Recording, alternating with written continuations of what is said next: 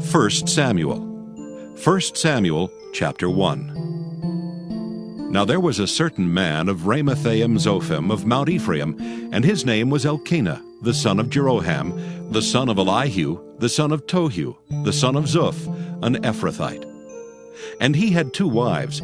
The name of the one was Hannah, and the name of the other Peninnah. And Peninnah had children, but Hannah had no children. And this man went up out of his city yearly to worship and to sacrifice unto the Lord of hosts in Shiloh. And the 2 sons of Eli, Hophni and Phinehas, the priests of the Lord, were there. And when the time was that Elkanah offered, he gave to Peninnah his wife, and to all her sons and her daughters, portions. But unto Hannah he gave a worthy portion, for he loved Hannah, but the Lord had shut up her womb. And her adversary also provoked her sore, for to make her fret, because the Lord had shut up her womb. And as he did so year by year, when she went up to the house of the Lord, so she provoked her. Therefore she wept, and did not eat. Then said Elkanah her husband to her, Hannah, why weepest thou? And why eatest thou not? And why is thy heart grieved? Am not I better to thee than 10 sons? So Hannah rose up after they had eaten in Shiloh, and after they had drunk. Now Eli the priest sat upon a seat by a post of the temple of the Lord. And she was in bitterness of soul, and prayed unto the Lord, and wept sore. And she vowed a vow, and said, O Lord of hosts, if thou wilt indeed look on the affliction of thine handmaid, and remember me, and not forget thine handmaid, but wilt give unto thine handmaid a man-child, then I will give him unto the Lord all the days of his life, and there shall no razor come upon his head. And it came to pass, as she continued praying before the Lord, that Eli marked her mouth. Now Hannah, she spake in her heart. Only her lips moved, but her voice was not heard. Therefore Eli thought she had been drunken. And Eli said unto her, How long wilt thou be drunken? Put away thy wine from thee. And Hannah answered and said, No, my Lord, I am a woman of a sorrowful spirit. I have drunk neither wine nor strong drink, but have poured out my soul before the Lord. Count not thine handmaid for a daughter of Belial, for out of the abundance of my complaint and grief have I spoken hitherto. Then Eli answered and said, Go in peace, and the God of Israel grant thee thy petition that thou hast asked of him. And she said, Let thine handmaid find grace in thy sight. So the woman went her way and did eat, and her countenance was no more sad. And they rose up in the morning early and worshipped before the Lord, and returned and came to their house to Ramah. And Elkanah knew Hannah his wife, and the Lord remembered her. Wherefore it came to pass, when the time was come about after Hannah had conceived, that she bare a son, and called his name Samuel, saying, Because I have asked him of the Lord. And the man Elkanah and all his house went up to offer unto the Lord the yearly sacrifice and his vow. But Hannah went not up, for she said unto her husband, I will not go up until the child be weaned, and then I will bring him, that he may appear before the Lord, and there abide forever. And Elkanah her husband said unto her, Do what seemeth thee good. Tarry until thou have weaned him. Only the Lord established his word. So the woman abode and gave her son suck until she weaned him. And when she had weaned him, she took him up with her, with 3 bullocks, and 1 ephah of flour, and a bottle of wine, and brought him unto the house of the Lord in Shiloh, and the child was young. And they slew a bullock, and brought the child to Eli. And she said, O my Lord, as thy soul liveth, my Lord, I am the woman that stood by thee here praying unto the Lord. For this child I prayed, and the Lord hath given me my petition which I asked of him. Therefore also I have lent him to the Lord. As long as he liveth, he shall be lent to the Lord. And he worshipped the Lord there. 1 Samuel chapter 2. And Hannah prayed and said, My heart rejoiceth in the Lord. Mine horn is exalted in the Lord. My mouth is enlarged over mine enemies, because I rejoice in thy salvation. There is none holy as the Lord, for there is none beside thee. Neither is there any rock like our God. Talk no more so exceeding proudly. Let not arrogancy come out of your mouth, for the Lord is a God of knowledge, and by him actions are weighed. The bows of the mighty men are broken, and they that stumbled are girded with strength. They that were full have hired out themselves for bread, and they that were hungry ceased, so that the barren hath borne 7, and she that hath many children is waxed feeble. The Lord killeth and maketh alive. He bringeth down to the grave and bringeth up. The Lord maketh poor and maketh rich. He bringeth low and lifteth up. He raiseth up the poor out of the dust, and lifteth up the beggar from the dunghill, to set them among princes, and to make them inherit the throne of glory. For the pillars of the earth are the Lord's, and he hath set the world upon them. He will keep the feet of his saints, and the wicked shall be silent in darkness, for by strength shall no man prevail. The adversaries of the Lord shall be broken to pieces. Out of heaven shall he thunder upon them. The Lord shall judge the ends of the earth, and he shall give strength unto his king, and exalt the horn of his anointed.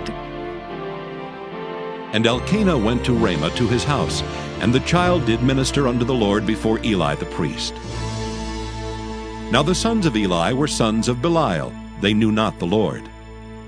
And the priest's custom with the people was that when any man offered sacrifice, the priest's servant came while the flesh was in seething, with a flesh hook of 3 teeth in his hand.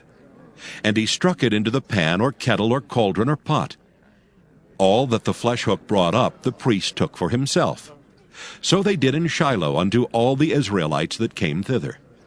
Also before they burnt the fat, the priest's servant came and said to the man that sacrificed, Give flesh to roast for the priest, for he will not have sodden flesh of thee, but raw. And if any man said unto him, Let them not fail to burn the fat presently, and then take as much as thy soul desireth. Then he would answer him, Nay, but thou shalt give it me now, and if not, I will take it by force. Wherefore the sin of the young men was very great before the Lord, for men abhorred the offering of the Lord. But Samuel ministered before the Lord, being a child girded with a linen ephod. Moreover, his mother made him a little coat, and brought it to him from year to year when she came up with her husband to offer the yearly sacrifice. And Eli blessed Elkanah and his wife, and said, The Lord give thee seed of this woman for the loan which is lent to the Lord. And they went unto their own home. And the Lord visited Hannah so that she conceived, and bare 3 sons and 2 daughters. And the child Samuel grew before the Lord. Now Eli was very old, and heard all that his sons did unto all Israel, and how they lay with the women that assembled at the door of the tabernacle of the congregation. And he said unto them, Why do ye such things? For I hear of your evil dealings by all this people. Nay, my sons, for it is no good report that I hear. Ye make the Lord's people to transgress. If one man sin against another, the judge shall judge him. But if a man sin against the Lord, who shall entreat for him?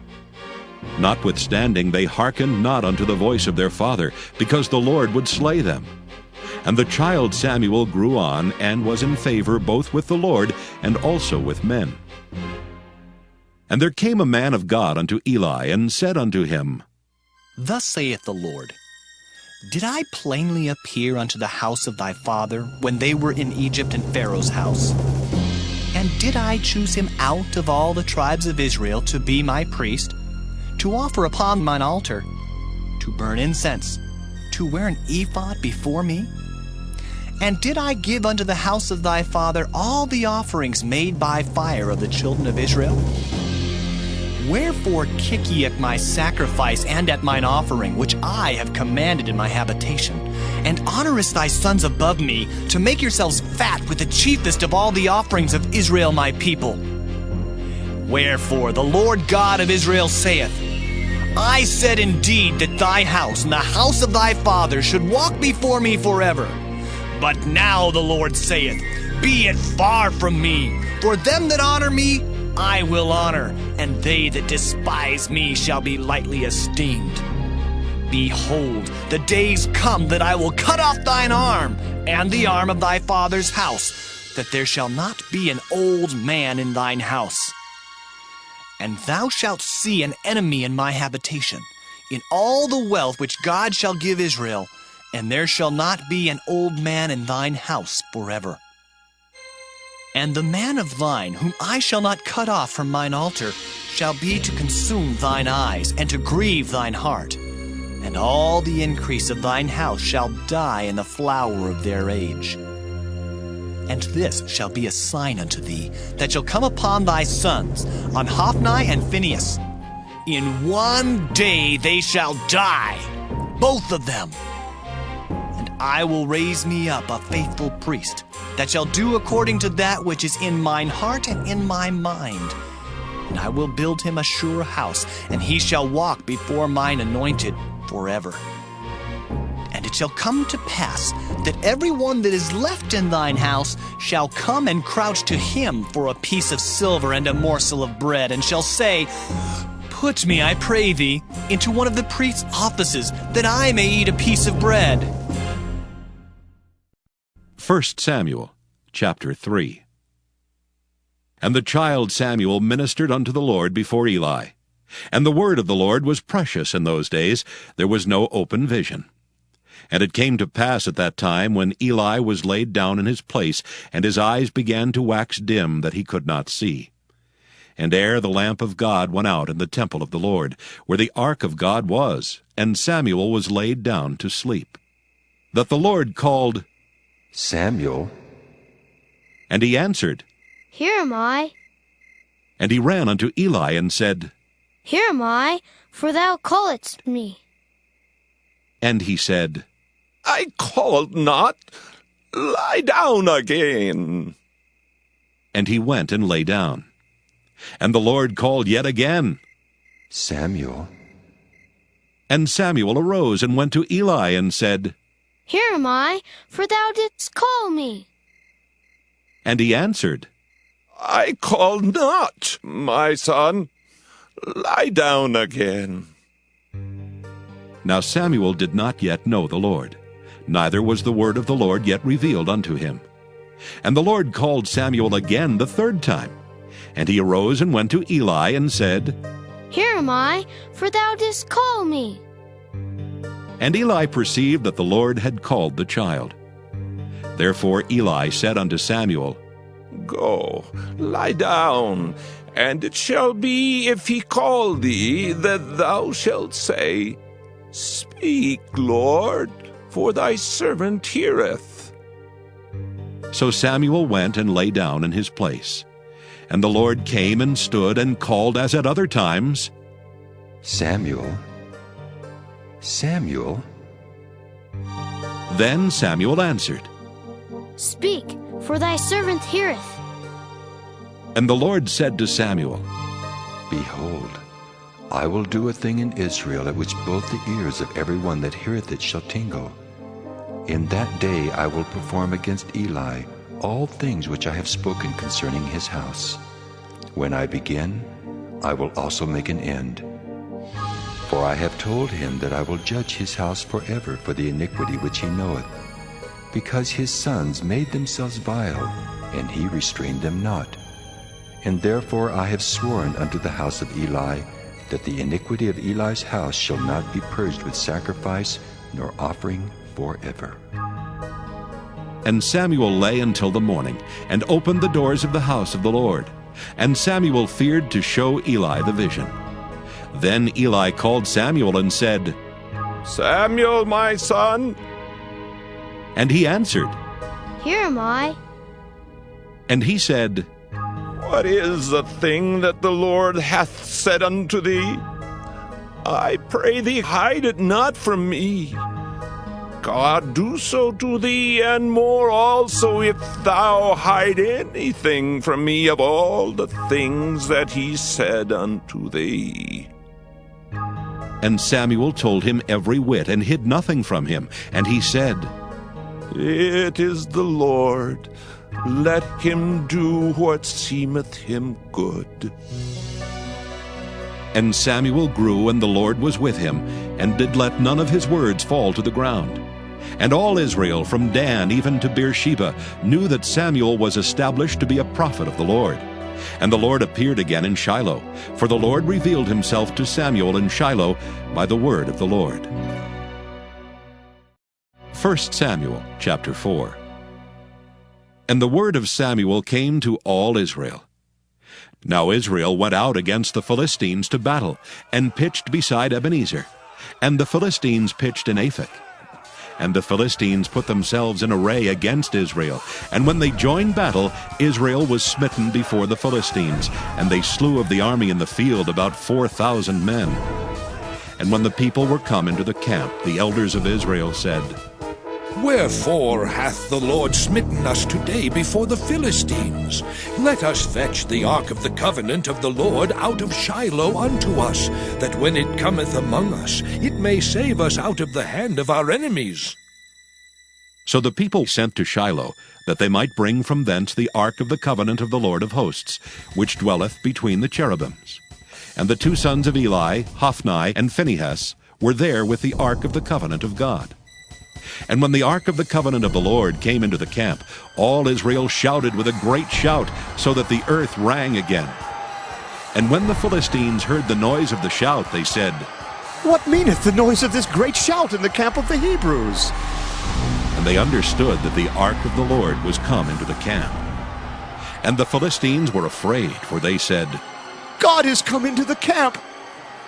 And they said, Woe unto us, for there hath not been such a thing heretofore. Woe unto us! Who shall deliver us out of the hand of these mighty gods? These are the gods that smote the Egyptians with all the plagues in the wilderness. Be strong and quit yourselves like men, O ye Philistines, that ye be not servants unto the Hebrews, as they have been to you. Quit yourselves like men and fight! And the Philistines fought, and Israel was smitten, and they fled every man into his tent. And there was a very great slaughter, for there fell of Israel 30,000 footmen. And the ark of God was taken, and the two sons of Eli, Hophni and Phinehas, were slain. And there ran a man of Benjamin out of the army, and came to Shiloh the same day with his clothes rent, and with earth upon his head. And when he came, lo, Eli sat upon a seat by the wayside watching. For his heart trembled for the ark of God. And when the man came into the city and told it, all the city cried out. And when Eli heard the noise of the crying, he said, What meaneth the noise of this tumult?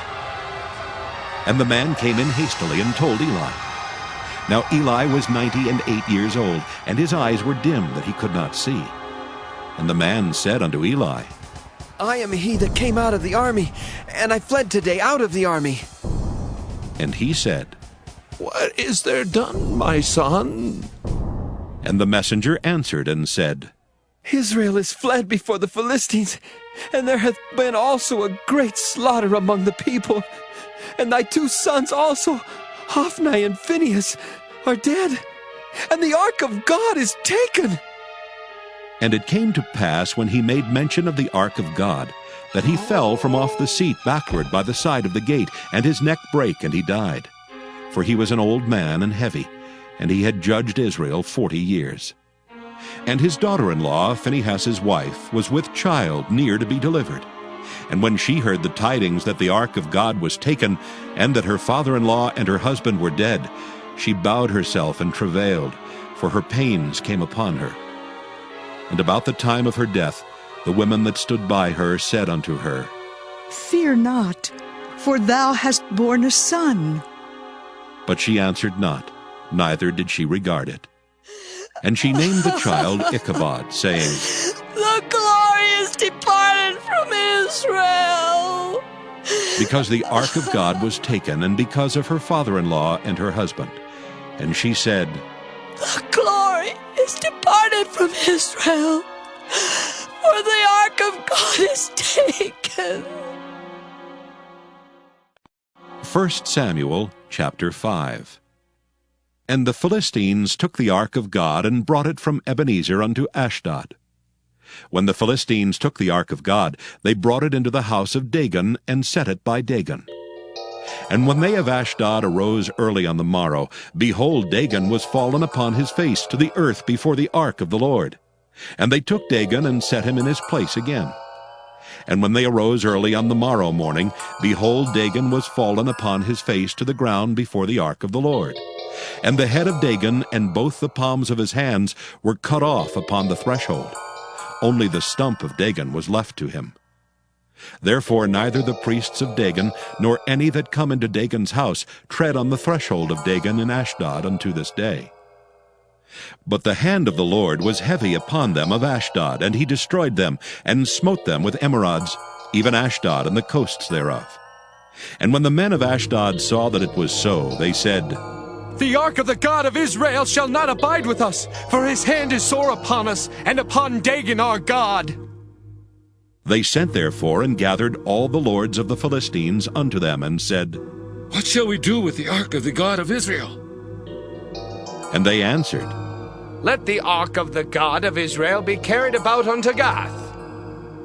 And they carried the ark of the God of Israel about thither. And it was so that after they had carried it about, the hand of the Lord was against the city with a very great destruction. And he smote the men of the city, both small and great, and they had emerods in their secret parts. Therefore they sent the ark of God to Ekron. And it came to pass, as the ark of God came to Ekron, that the Ekronites cried out, saying, They have brought about the ark of the God of Israel to us, to slay us and our people. So they sent and gathered together all the lords of the Philistines, and said, Send away the ark of the God of Israel, and let it go again to his own place, that it slay us not and our people. For there was a deadly destruction throughout all the city. The hand of God was very heavy there. And the men that died not were smitten with the emerods, and the cry of the city went up to heaven. 1 Samuel chapter 6. And the ark of the Lord was in the country of the Philistines 7 months. And the Philistines called for the priests and the diviners, saying, What shall we do to the ark of the Lord? Tell us wherewith we shall send it to his place. And they said, If ye send away the ark of the God of Israel, send it not empty, but at any wise return him a trespass offering. Then ye shall be healed, and it shall be known to you why his hand is not removed from you.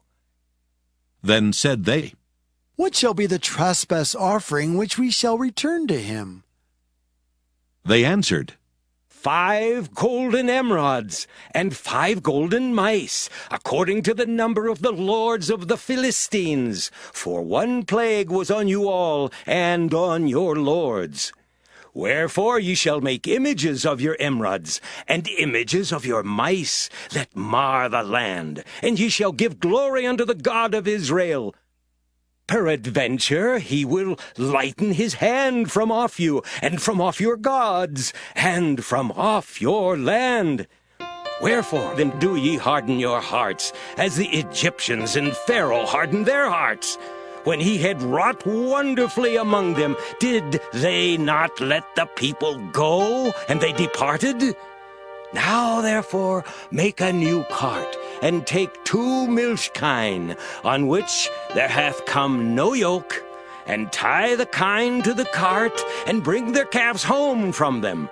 And take the ark of the Lord, and lay it upon the cart, and put the jewels of gold which ye return him for a trespass offering in a coffer by the side thereof, and send it away that it may go.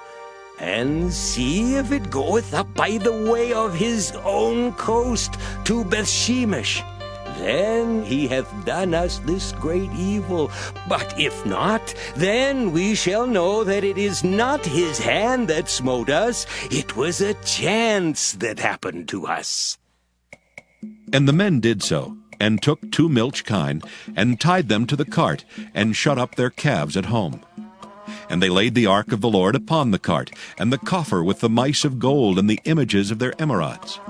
And the kine took the straight way to the way of Bethshemesh, and went along the highway, lowing as they went, and turned not aside to the right hand or to the left. And the lords of the Philistines went after them unto the border of Bethshemesh. And they of Bethshemesh were reaping their wheat harvest in the valley. And they lifted up their eyes, and saw the ark, and rejoiced to see it. And the cart came into the field of Joshua, a Bethshemite, and stood there, where there was a great stone.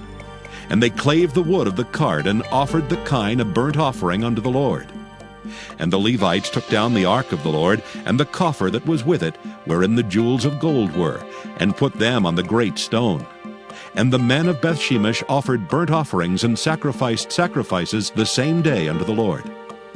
And when the 5 lords of the Philistines had seen it, they returned to Ekron the same day. And these are the golden emerods which the Philistines returned for a trespass offering unto the Lord.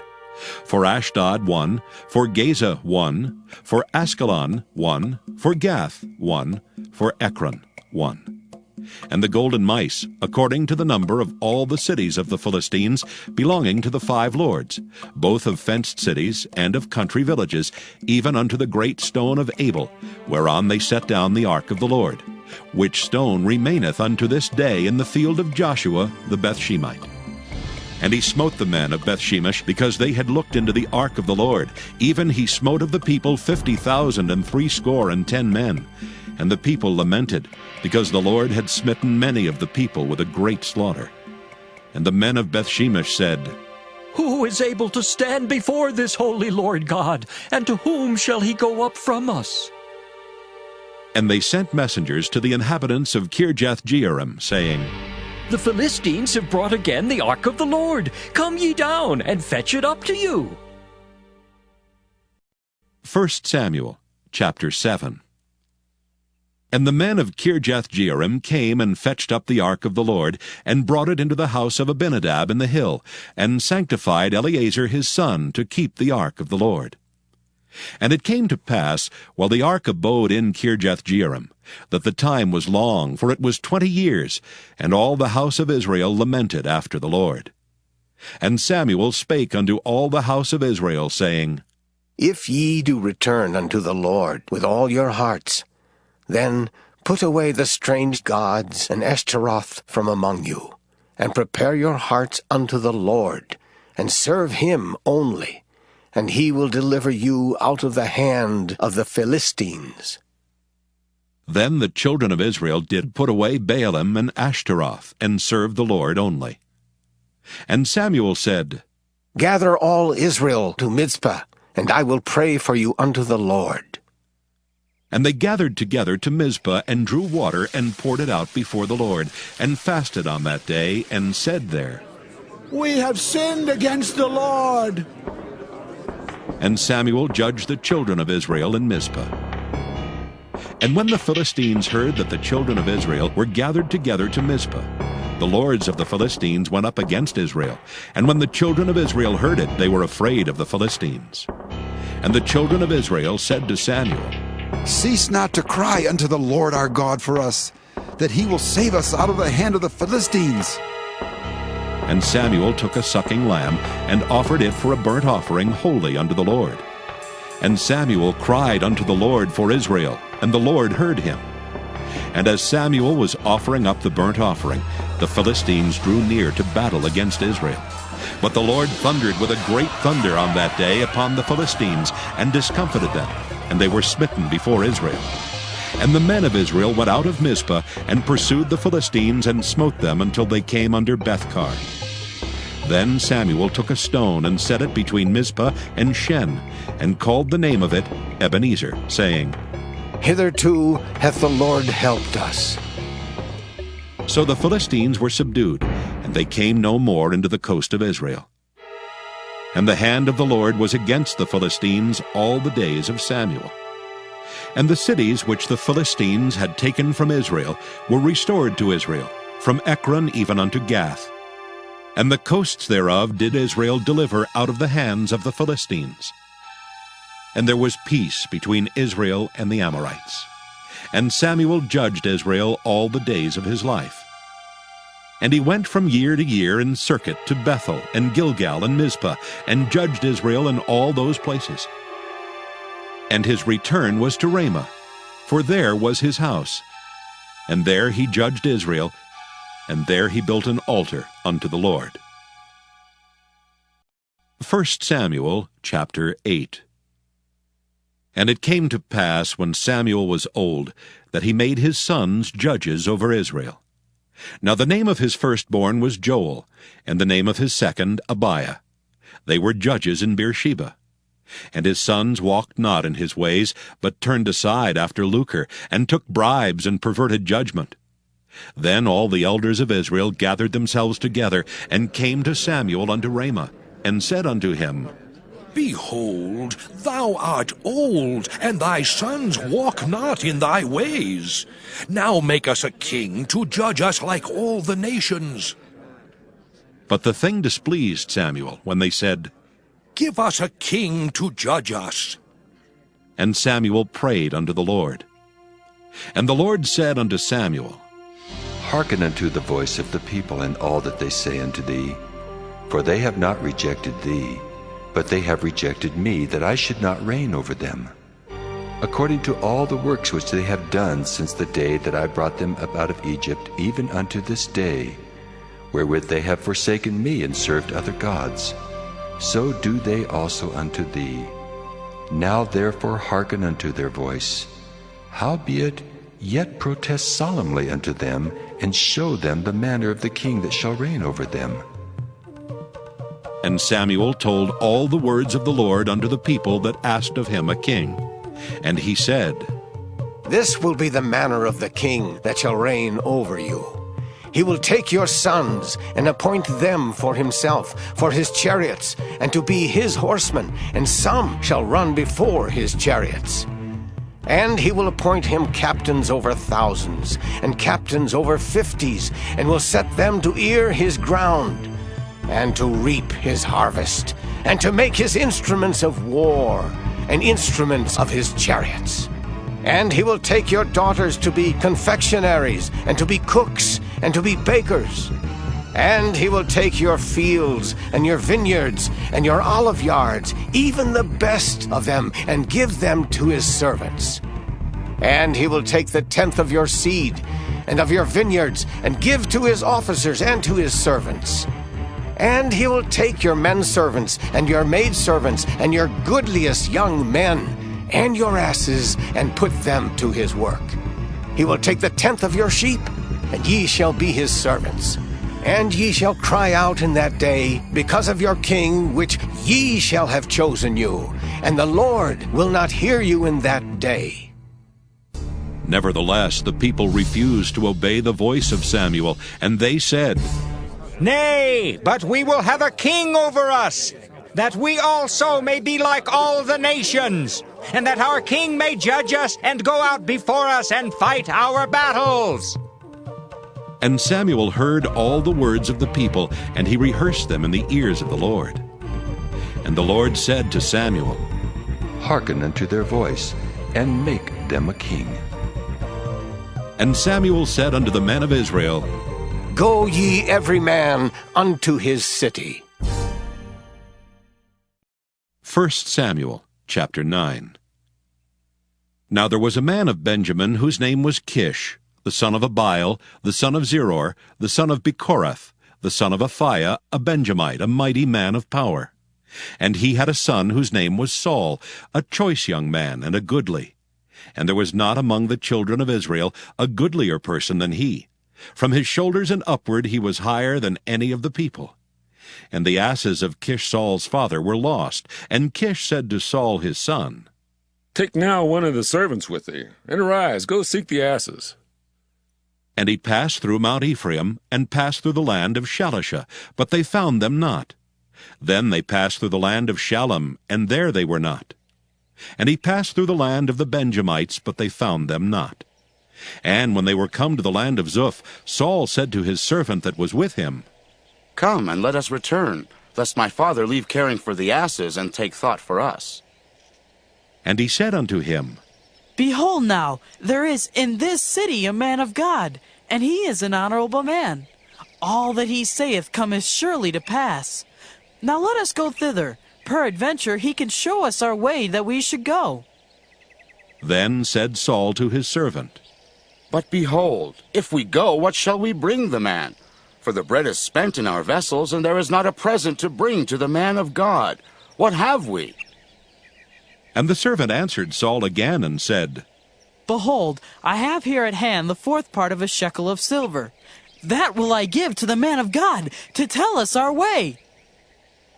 Beforetime in Israel, when a man went to inquire of God, thus he spake, Come, and let us go to the seer. For he that is now called a prophet was beforetime called a seer. Then Saul said to his servant, Well said. Come, let us go. So they went unto the city where the man of God was. And as they went up the hill to the city, they found young maidens going out to draw water, and said unto them, Is the seer here? And they answered them and said, He is. Behold, he is before you.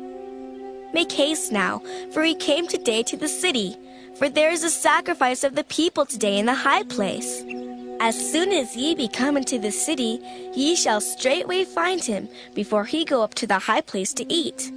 For the people will not eat until he come, because he doth bless the sacrifice, and afterwards they eat that be bidden. Now therefore get you up, for about this time ye shall find him.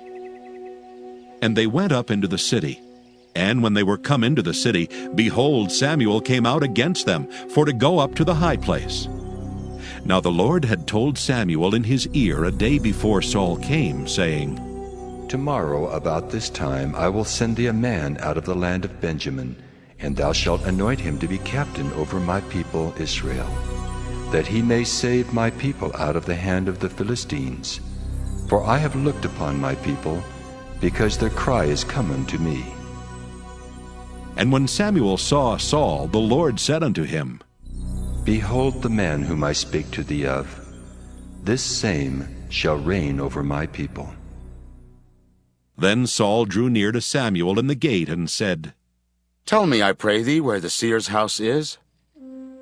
And Samuel answered Saul, and said, I am the seer. Go up before me unto the high place, for ye shall eat with me today, and tomorrow I will let thee go, and will tell thee all that is in thine heart. And as for thine asses that were lost 3 days ago, set not thy mind on them, for they are found. And on whom is all the desire of Israel? Is it not on thee, and on all thy father's house?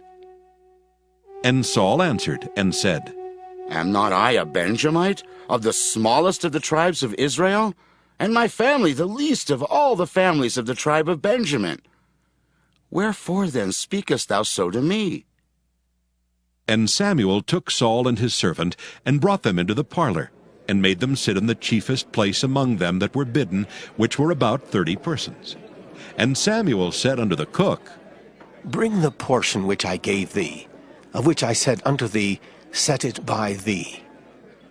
And the cook took up the shoulder, and that which was upon it, and set it before Saul. And Samuel said, Behold that which is left. Set it before thee, and eat. For unto this time hath it been kept for thee, since I said, I have invited the people. So Saul did eat with Samuel that day. And when they were come down from the high place into the city, Samuel communed with Saul upon the top of the house. And they arose early, and it came to pass about the spring of the day, that Samuel called Saul to the top of the house, saying, Up, that I may send thee away. And Saul arose, and they went out both of them, he and Samuel, abroad. And as they were going down to the end of the city, Samuel said to Saul, Bid the servant pass on before us. And he passed on. But stand thou still a while, that I may show thee the word of God. 1 Samuel chapter 10. Then Samuel took a vial of oil and poured it upon his head and kissed him and said, Is it not because the Lord hath anointed thee to be captain over his inheritance? When thou art departed from me today, then thou shalt find 2 men by Rachel's sepulchre in the border of Benjamin at Zelzah. And they will say unto thee, The asses which thou wentest to seek are found. And lo, thy father hath left the care of the asses, and sorroweth for you, saying, What shall I do for my son? Then shalt thou go on forward from thence, and thou shalt come to the plain of Tabor, and there shall meet thee 3 men going up to God to Bethel, one carrying 3 kids, and another carrying 3 loaves of bread, and another carrying a bottle of wine. And they will salute thee, and give thee 2 loaves of bread, which thou shalt receive of their hands. After that thou shalt come to the hill of God, where is the garrison of the Philistines. And it shall come to pass, when thou art come thither to the city, that thou shalt meet a company of prophets coming down from the high place with a psaltery and a tabret and a pipe and a harp before them. And they shall prophesy. And the Spirit of the Lord will come upon thee, and thou shalt prophesy with them, and shalt be turned into another man. And let it be, when these signs are come unto thee, that thou do as occasion serve thee, for God is with thee. And thou shalt go down before me to Gilgal, and behold, I will come down unto thee, to offer burnt offerings, and to sacrifice sacrifices of peace offerings. 7 days shalt thou tarry, till I come to thee, and show thee what thou shalt do. And it was so that when he had turned his back to go from Samuel, God gave him another heart. And all those signs came to pass that day. And when they came thither to the hill, behold, a company of prophets met him, and the Spirit of God came upon him, and he prophesied among them. And it came to pass, when all that knew him beforetime saw that, behold, he prophesied among the prophets, then the people said to one another, What is this that is come unto the son of Kish? Is Saul also among the prophets? And one of the same place answered and said, But who is their father? Therefore it became a proverb, Is Saul also among the prophets? And when he had made an end of prophesying, he came to the high place. And Saul's uncle said unto him and to his servant, Whither went ye? And he said, To seek the asses. And when we saw that they were nowhere, we came to Samuel. And Saul's uncle said, Tell me, I pray thee, what Samuel said unto you. And Saul said unto his uncle, He told us plainly that the asses were found. But of the matter of the kingdom whereof Samuel spake he told him not. And Samuel called the people together unto the Lord to Mizpah, and said unto the children of Israel, Thus saith the Lord God of Israel, I brought up Israel out of Egypt, and delivered you out of the hand of the Egyptians, and out of the hand of all kingdoms, and of them that oppressed you. And ye have this day rejected your God, who himself saved you out of all your adversities and your tribulations, and ye have said unto him, Nay, but set a king over us. Now therefore present yourselves before the Lord by your tribes and by your thousands. And when Samuel had caused all the tribes of Israel to come near, the tribe of Benjamin was taken. When he had caused the tribe of Benjamin to come near by their families, the family of Matri was taken, and Saul the son of Kish was taken. And when they sought him, he could not be found. Therefore they inquired of the Lord further, if the man should yet come thither. And the Lord answered, Behold, he hath hid himself among the stuff. And they ran and fetched him thence. And when he stood among the people, he was higher than any of the people from his shoulders and upward. And Samuel said to all the people, See ye him whom the Lord hath chosen. that there is none like him among all the people. And all the people shouted and said, God save the king! Then Samuel told the people the manner of the kingdom, and wrote it in a book, and laid it up before the Lord. And Samuel sent all the people away, every man to his house. And Saul also went home to Gibeah, and there went with him a band of men whose hearts God had touched. But the children of Belial said, "Ha! How shall this man save us?" And they despised him, and brought him no presents, but he held his peace. 1 Samuel chapter 11. Then Nahash the Ammonite came up, and encamped against Jabesh-Gilead, and all the men of Jabesh said unto Nahash, Make a covenant with us, and we will serve thee. And Nahash the Ammonite answered them, On this condition will I make a covenant with you, that I may thrust out all your right eyes, and lay it for a reproach upon all Israel. And the elders of Jabesh said unto him, Give us 7 days' respite, that we may send messengers unto all the coasts of Israel. And then, if there be no man to save us, we will come out to thee. Then came the messengers to Gibeah of Saul, and told the tidings in the ears of the people. And all the people lifted up their voices and wept.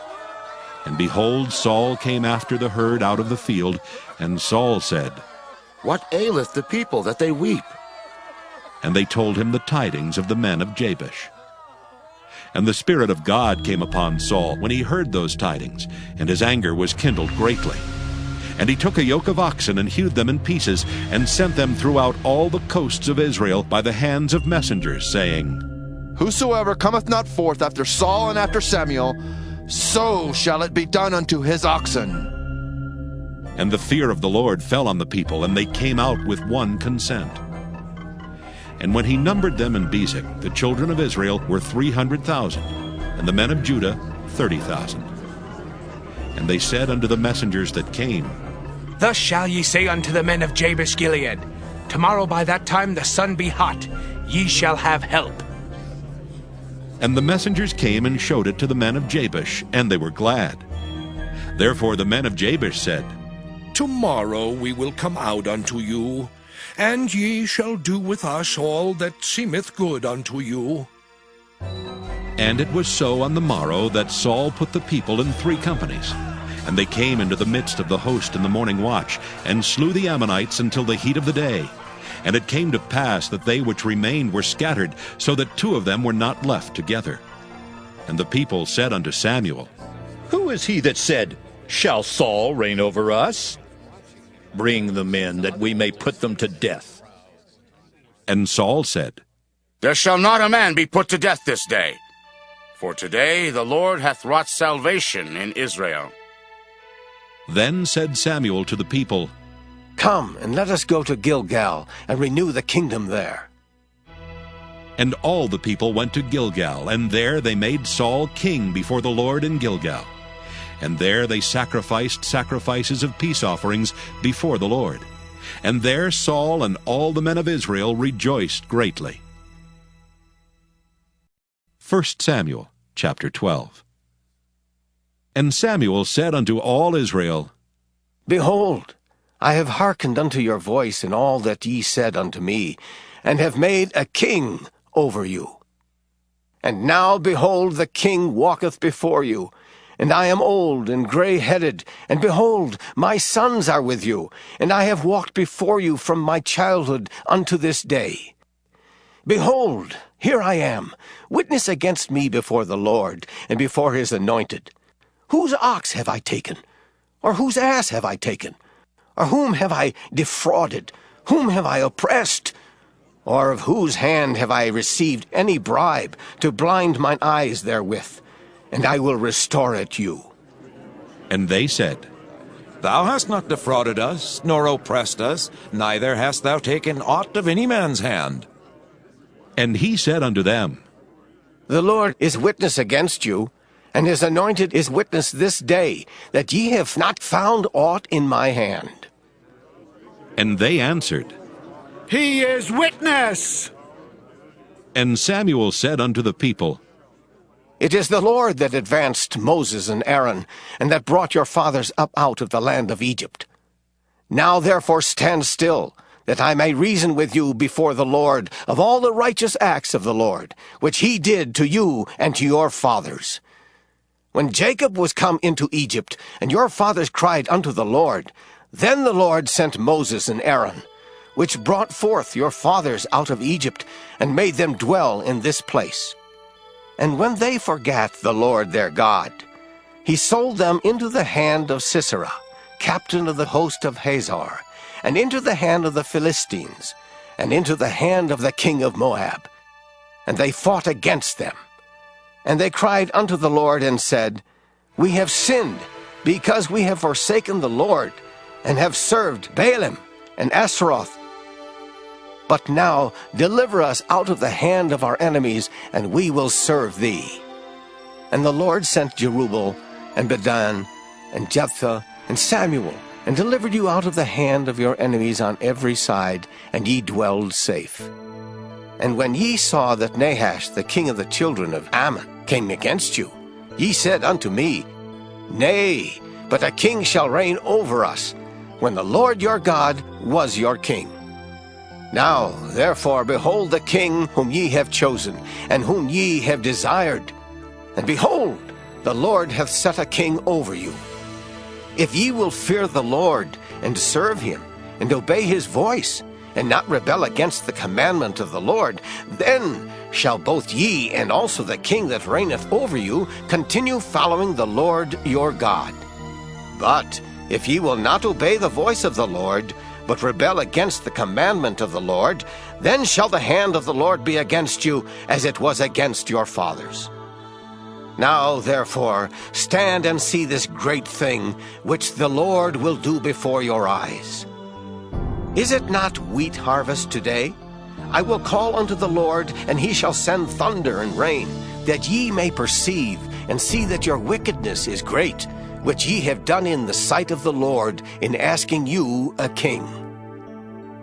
So Samuel called unto the Lord, and the Lord sent thunder and rain that day, and all the people greatly feared the Lord and Samuel. And all the people said unto Samuel, Pray for thy servants unto the Lord thy God, that we die not. For we have added unto all our sins this evil, to ask us a king. And Samuel said unto the people, Fear not. Ye have done all this wickedness, yet turn not aside from following the Lord, but serve the Lord with all your heart.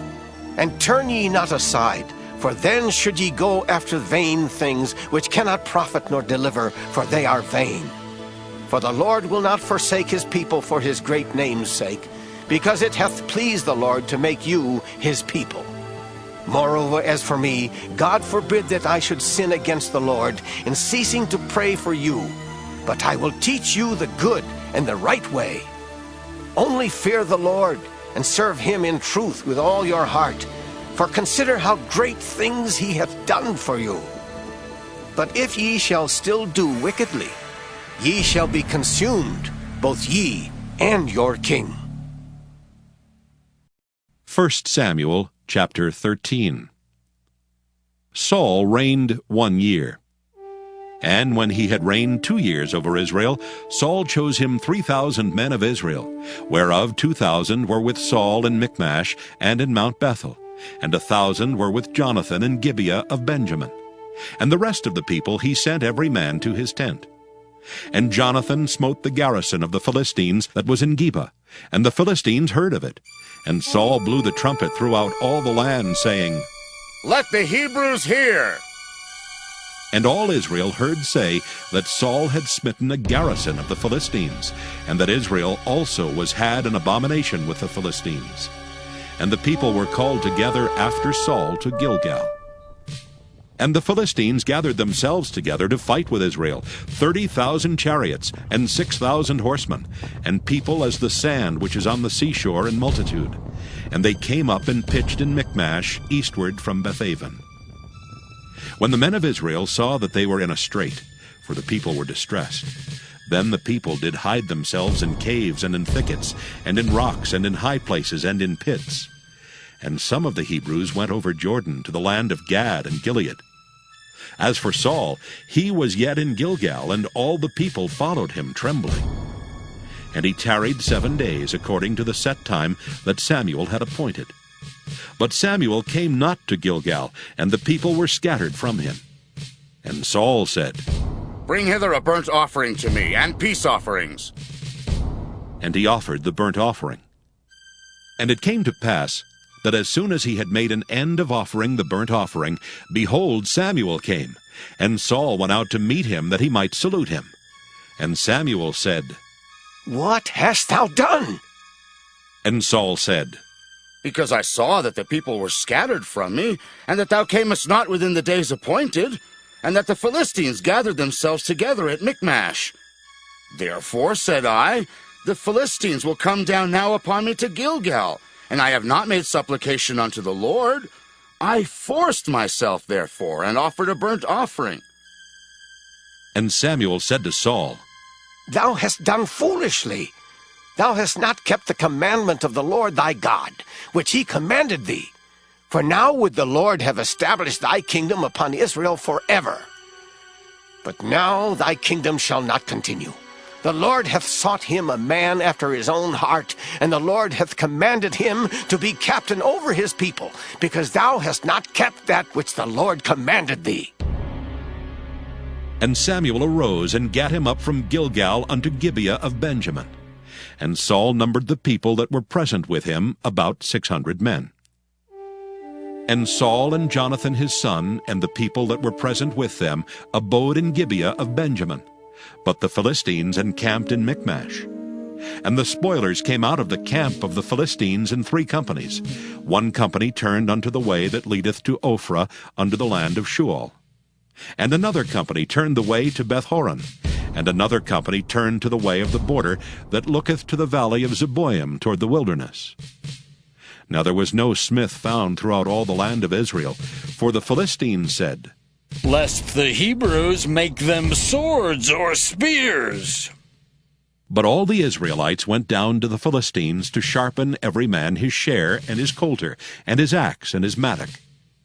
Yet they had a file for the mattocks, and for the coulters, and for the forks, and for the axes, and to sharpen the goads. So it came to pass in the day of battle, that there was neither sword nor spear found in the hand of any of the people that were with Saul and Jonathan. But with Saul and with Jonathan his son was there found. And the garrison of the Philistines went out to the passage of Michmash. 1 Samuel chapter 14. Now it came to pass upon a day that Jonathan the son of Saul said unto the young man that bare his armor, Come, and let us go over to the Philistines' garrison that is on the other side. But he told not his father. And Saul tarried in the uttermost part of Gibeah under a pomegranate tree, which is in Migron.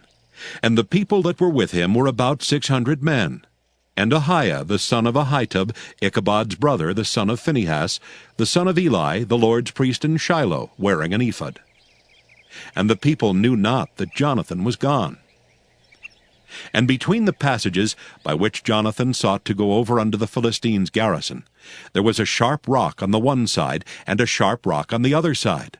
And the name of one was Bozez, and the name of the other Seneh. The forefront of the one was situate northward over against Michmash, and the other southward over against Gibeah. And Jonathan said to the young man that bare his armor, Come, and let us go over unto the garrison of these uncircumcised. It may be that the Lord will work for us. For there is no restraint to the Lord to save by many or by few. And his armor-bearer said unto him, Do all that is in thine heart. Turn thee. Behold, I am with thee according to thy heart.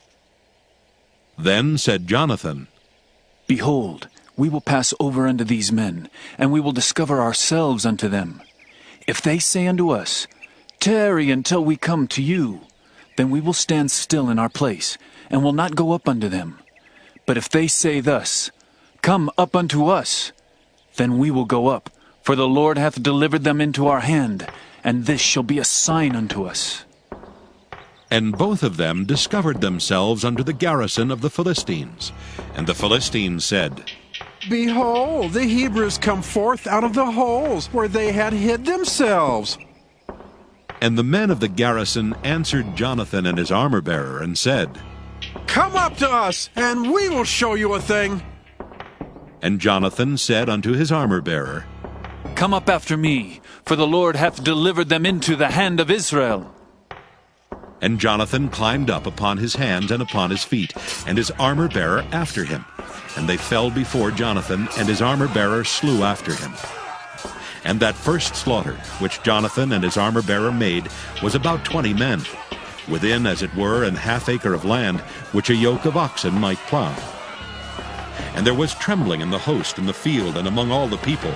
The garrison and the spoilers, they also trembled, and the earth quaked, so it was a very great trembling. And the watchmen of Saul and Gibeah of Benjamin looked, and behold, the multitude melted away, and they went on beating down one another. Then said Saul unto the people that were with him, Number now, and see who is gone from us. And when they had numbered, behold, Jonathan and his armor-bearer were not there. And Saul said unto Ahiah, Bring hither the ark of God. For the ark of God was at that time with the children of Israel. And it came to pass, while Saul talked unto the priest, that the noise that was in the host of the Philistines went on and increased. And Saul said unto the priest, Withdraw thine hand. And Saul and all the people that were with him assembled themselves. And they came to the battle. And behold, every man's sword was against his fellow, and there was a very great discomfiture. Moreover, the Hebrews that were with the Philistines before that time, which went up with them into the camp from the country round about, even they also turned to be with the Israelites that were with Saul and Jonathan. Likewise, all the men of Israel which had hid themselves in Mount Ephraim, when they heard that the Philistines fled, even they also followed hard after them in the battle. So the Lord saved Israel that day, and the battle passed over unto Bethaven. And the men of Israel were distressed that day, for Saul had adjured the people, saying, Cursed be the man that eateth any food until evening, that I may be avenged on mine enemies. So none of the people tasted any food. And all they of the land came to a wood, and there was honey upon the ground. And when the people were come into the wood, behold, the honey dropped, but no man put his hand to his mouth, for the people feared the oath. But Jonathan heard not when his father charged the people with the oath. Wherefore he put forth the end of the rod that was in his hand, and dipped it in an honeycomb, and put his hand to his mouth, and his eyes were enlightened. Then answered one of the people, and said, Thy father straitly charged the people with an oath, saying, Cursed be the man that eateth any food this day. And the people were faint. Then said Jonathan, My father hath troubled the land. See, I pray you, how mine eyes have been enlightened, because I tasted a little of this honey. How much more, if haply the people had eaten freely today of the spoil of their enemies which they found? For had there not been now a much greater slaughter among the Philistines? And they smote the Philistines that day from Michmash to Ajalon, and the people were very faint. And the people flew upon the spoil, and took sheep and oxen and calves, and slew them on the ground, and the people did eat them with the blood. Then they told Saul, saying, Behold, the people sin against the Lord, in that they eat with the blood. And he said, Ye have transgressed. Roll a great stone unto me this day. And Saul said, Disperse yourselves among the people, and say unto them, Bring me hither every man his ox, and every man his sheep, and slay them here, and eat, and sin not against the Lord in eating with the blood. And all the people brought every man his ox with him that night, and slew them there. And Saul built an altar unto the Lord. The same was the first altar that he built unto the Lord. And Saul said, Let us go down after the Philistines by night, and spoil them until the morning light, and let us not leave a man of them. And they said, Do whatsoever seemeth good unto thee. Then said the priest, Let us draw near hither unto God. And Saul asked counsel of God. Shall I go down after the Philistines? Wilt thou deliver them into the hand of Israel? But he answered him not that day. And Saul said, Draw ye near hither, all the chief of the people, and know and see wherein this sin hath been this day. For as the Lord liveth, which saveth Israel, though it be in Jonathan my son, he shall surely die. But there was not a man among all the people that answered him. Then said he unto all Israel, Be ye on one side, and I and Jonathan my son will be on the other side. And the people said unto Saul, Do what seemeth good unto thee. Therefore Saul said unto the Lord God of Israel, Give a perfect lot. And Saul and Jonathan were taken, but the people escaped. And Saul said, Cast lots between me and Jonathan my son. And Jonathan was taken. Then Saul said to Jonathan, Tell me what thou hast done. And Jonathan told him and said, I did but taste a little honey with the end of the rod that was in mine hand, and lo, I must die. And Saul answered, God do so, and more also, for thou shalt surely die, Jonathan.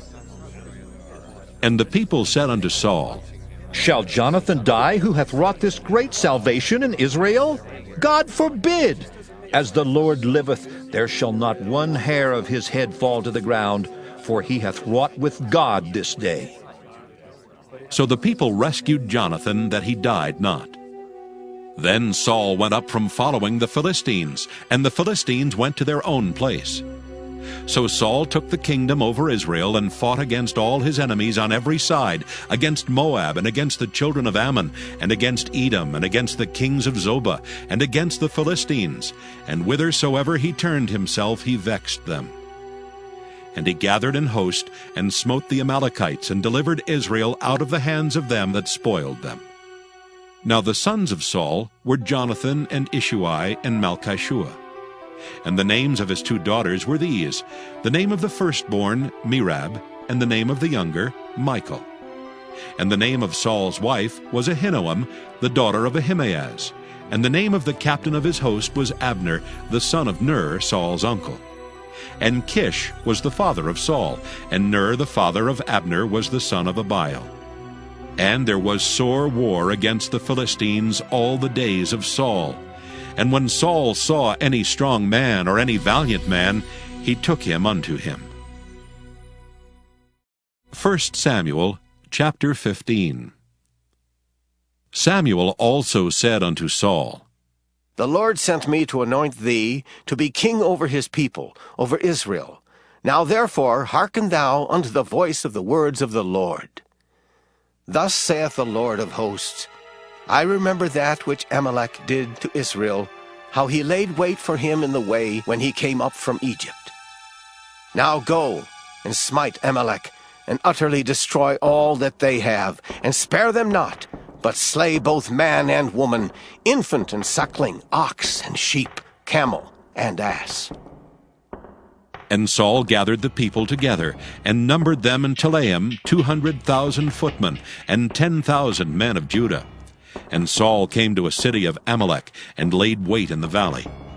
And Saul said unto the Kenites, Go, depart, get you down from among the Amalekites, lest I destroy you with them.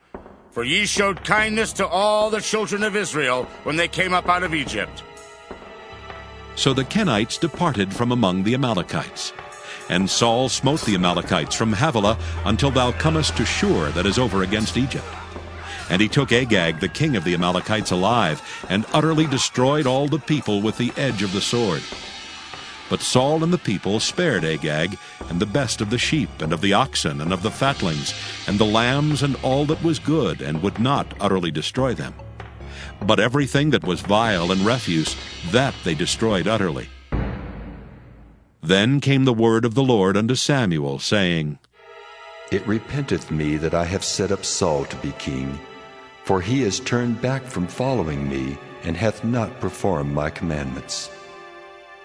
And it grieved Samuel, and he cried unto the Lord all night. And when Samuel rose early to meet Saul in the morning, it was told Samuel, saying, Saul came to Carmel, and behold, he set him up a place, and is gone about, and passed on and gone down to Gilgal.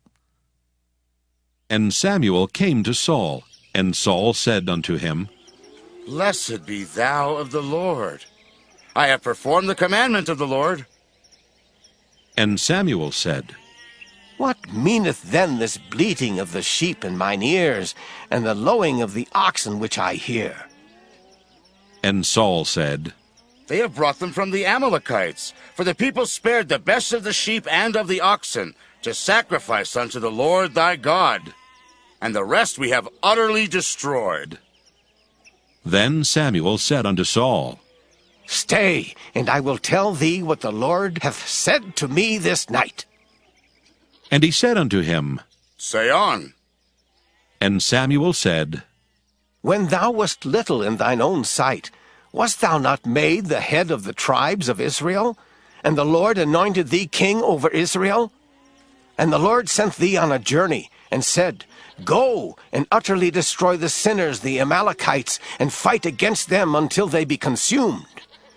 Wherefore then didst thou not obey the voice of the Lord, but didst fly upon the spoil, and didst evil in the sight of the Lord?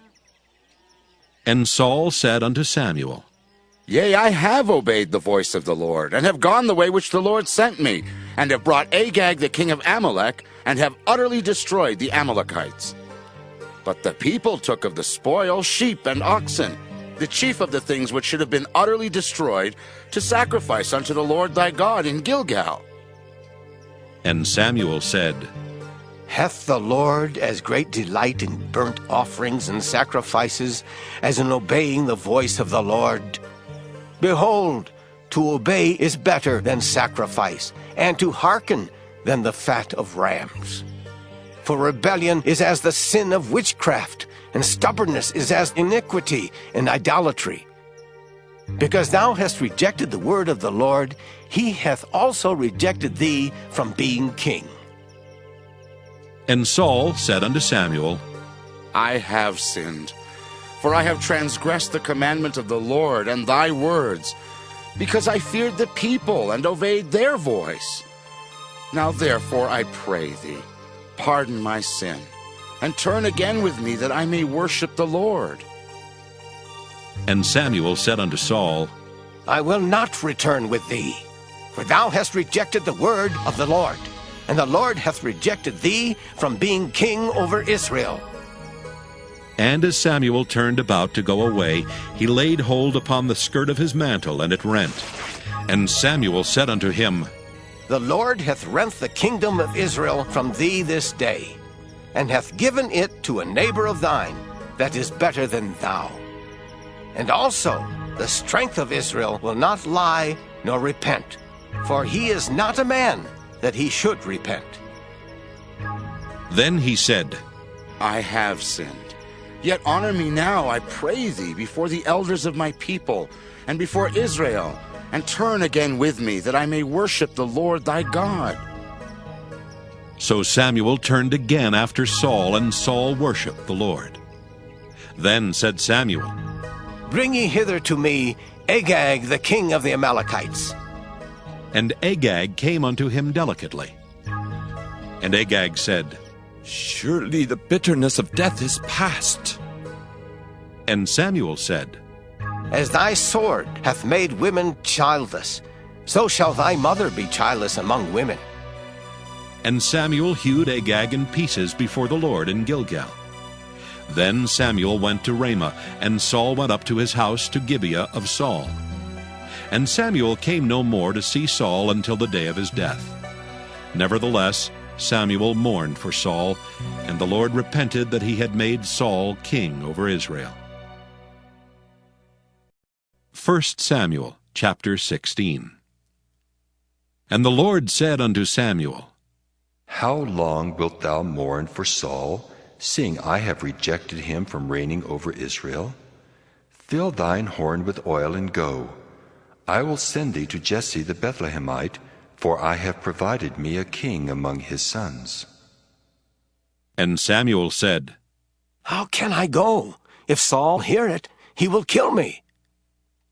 And the Lord said, Take an heifer with thee, and say, I am come to sacrifice to the Lord. And call Jesse to the sacrifice. And I will show thee what thou shalt do. And thou shalt anoint unto me him whom I name unto thee. And Samuel did that which the Lord spake, and came to Bethlehem. And the elders of the town trembled at his coming, and said, Comest thou peaceably? And he said, Peaceably. I am come to sacrifice unto the Lord. Sanctify yourselves, and come with me to the sacrifice. And he sanctified Jesse and his sons, and called them to the sacrifice. And it came to pass, when they were come, that he looked on Eliab, and said, Surely the Lord's anointed is before him. But the Lord said unto Samuel, Look not on his countenance, or on the height of his stature, because I have refused him. For the Lord seeth not as man seeth. For man looketh on the outward appearance, but the Lord looketh on the heart. Then Jesse called Abinadab, and made him pass before Samuel, and he said, Neither hath the Lord chosen this. Then Jesse made Shammah to pass by, and he said, Neither hath the Lord chosen this. Again Jesse made 7 of his sons to pass before Samuel. And Samuel said unto Jesse, The Lord hath not chosen these. And Samuel said unto Jesse, Are here all thy children? And he said, There remaineth yet the youngest, and behold, he keepeth the sheep. And Samuel said unto Jesse, Send and fetch him, for we will not sit down till he come hither. And he sent and brought him in. Now he was ruddy, and withal of a beautiful countenance, and goodly to look to. And the Lord said, Arise, anoint him, for this is he. Then Samuel took the horn of oil, and anointed him in the midst of his brethren. And the Spirit of the Lord came upon David from that day forward. So Samuel rose up and went to Ramah. But the Spirit of the Lord departed from Saul, and an evil spirit from the Lord troubled him.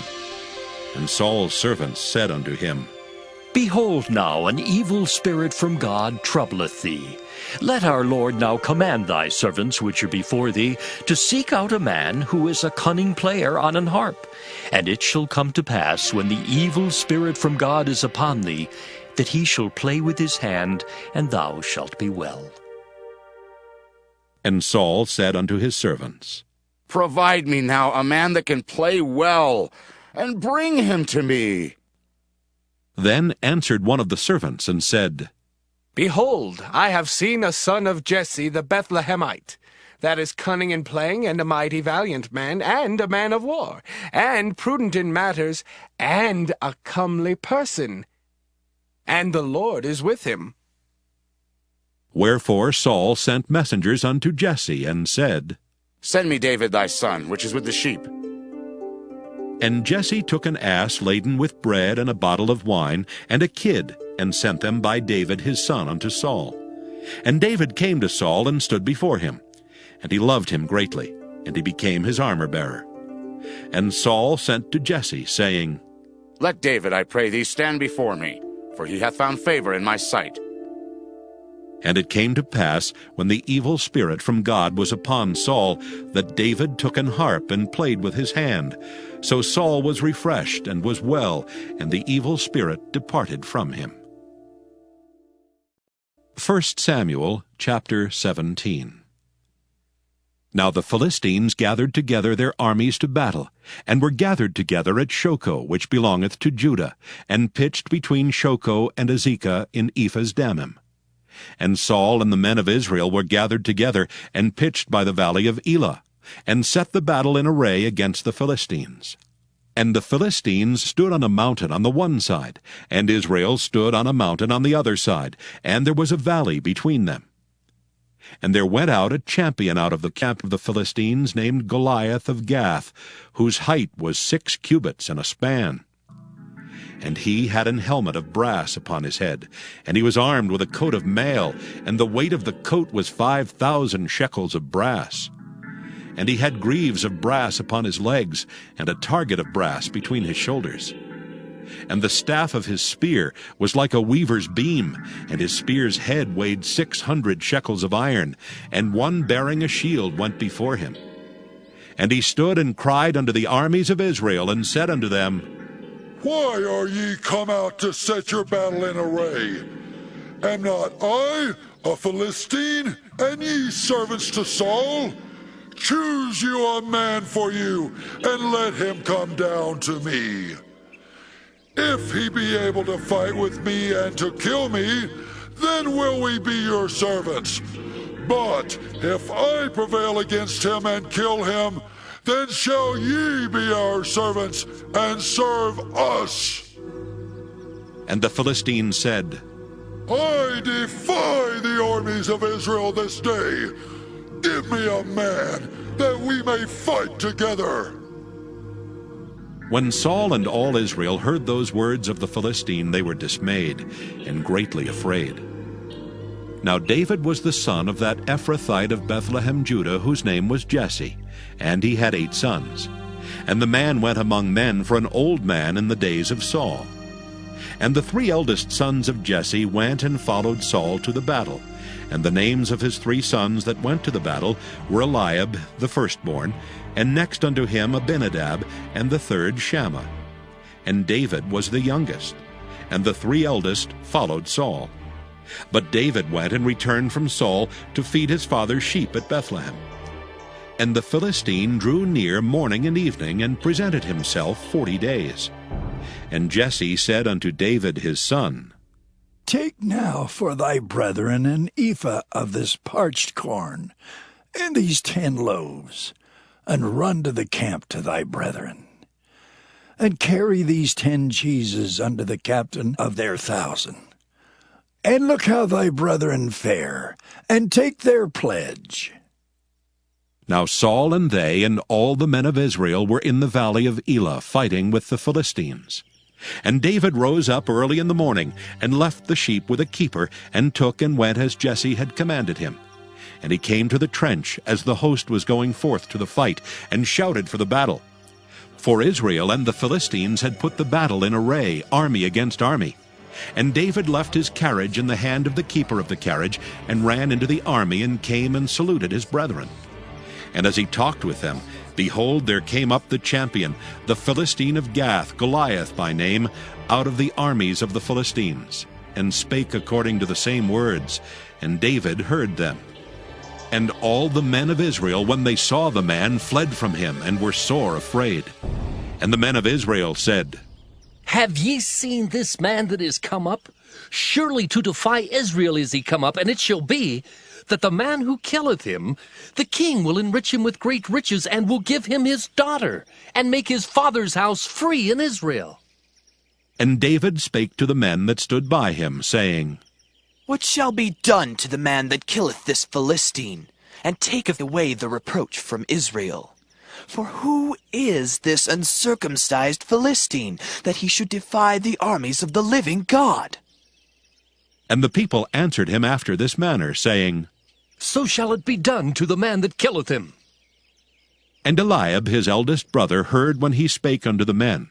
And Eliab's anger was kindled against David, and he said, Why camest thou down hither? And with whom hast thou left those few sheep in the wilderness?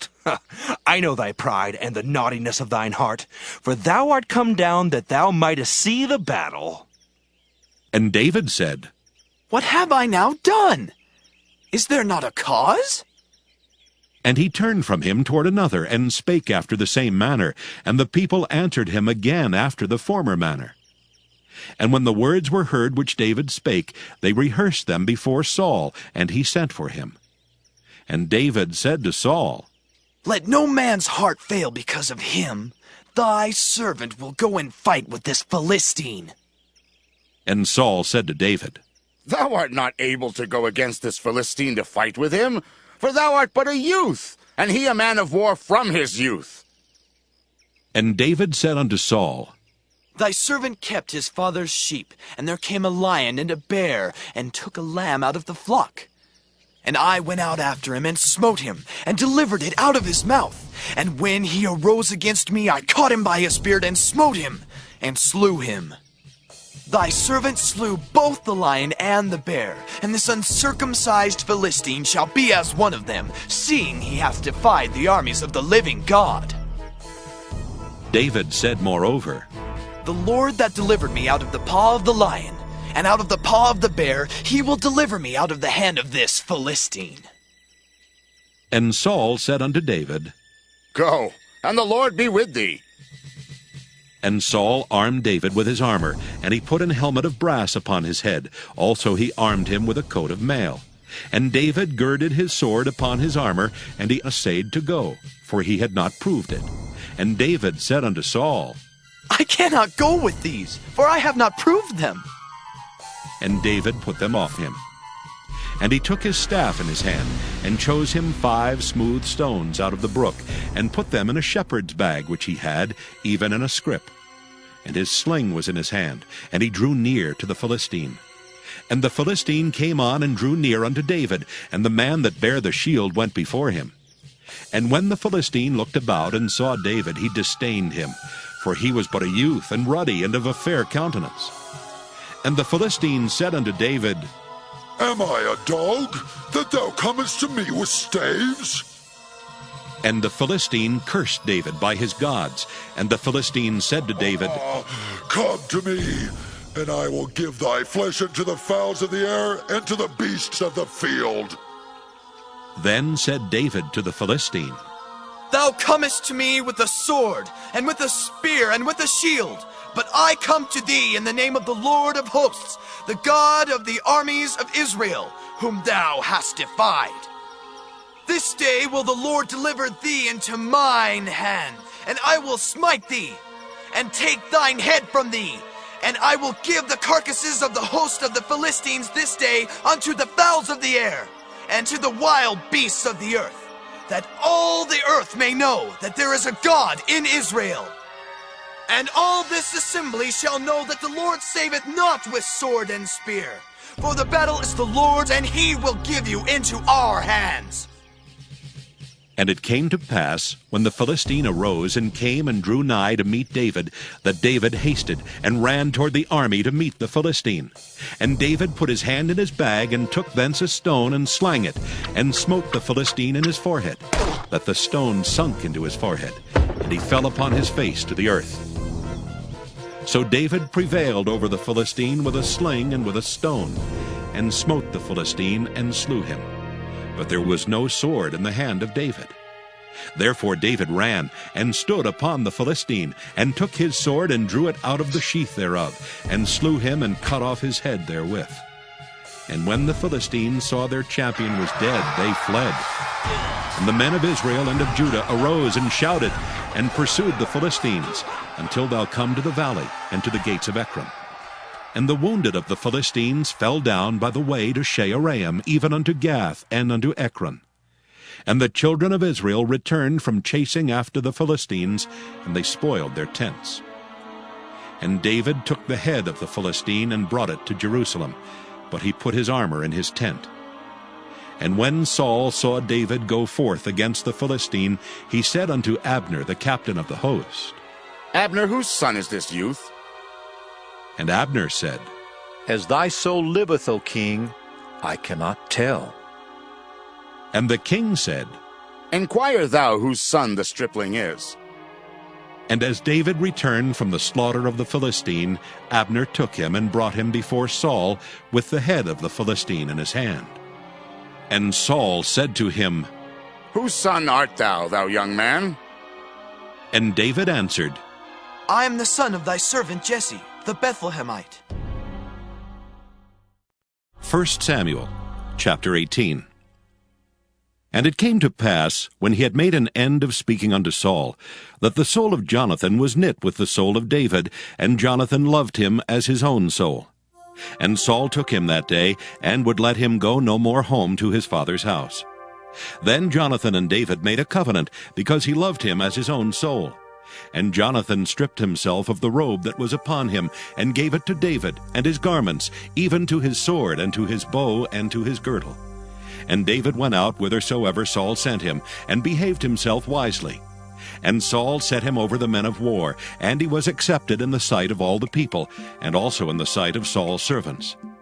And it came to pass, as they came when David was returned from the slaughter of the Philistine, that the women came out of all cities of Israel, singing and dancing to meet King Saul, with tabrets, with joy, and with instruments of music. And the women answered one another as they played, and said, Saul has killed his thousands, and David his 10,000s. And Saul was very wroth, and the saying displeased him, and he said, They have ascribed unto David 10,000s, and to me they have ascribed but thousands. And what can he have more but the kingdom? And Saul eyed David from that day and forward. And it came to pass on the morrow that the evil spirit from God came upon Saul, and he prophesied in the midst of the house. And David played with his hand as at other times, and there was a javelin in Saul's hand. And Saul cast the javelin, for he said, I will smite David even to the wall with it. And David avoided out of his presence twice. And Saul was afraid of David, because the Lord was with him, and was departed from Saul. Therefore Saul removed him from him, and made him his captain over 1,000, and he went out and came in before the people. And David behaved himself wisely in all his ways, and the Lord was with him. Wherefore, when Saul saw that he behaved himself very wisely, he was afraid of him. But all Israel and Judah loved David, because he went out and came in before them.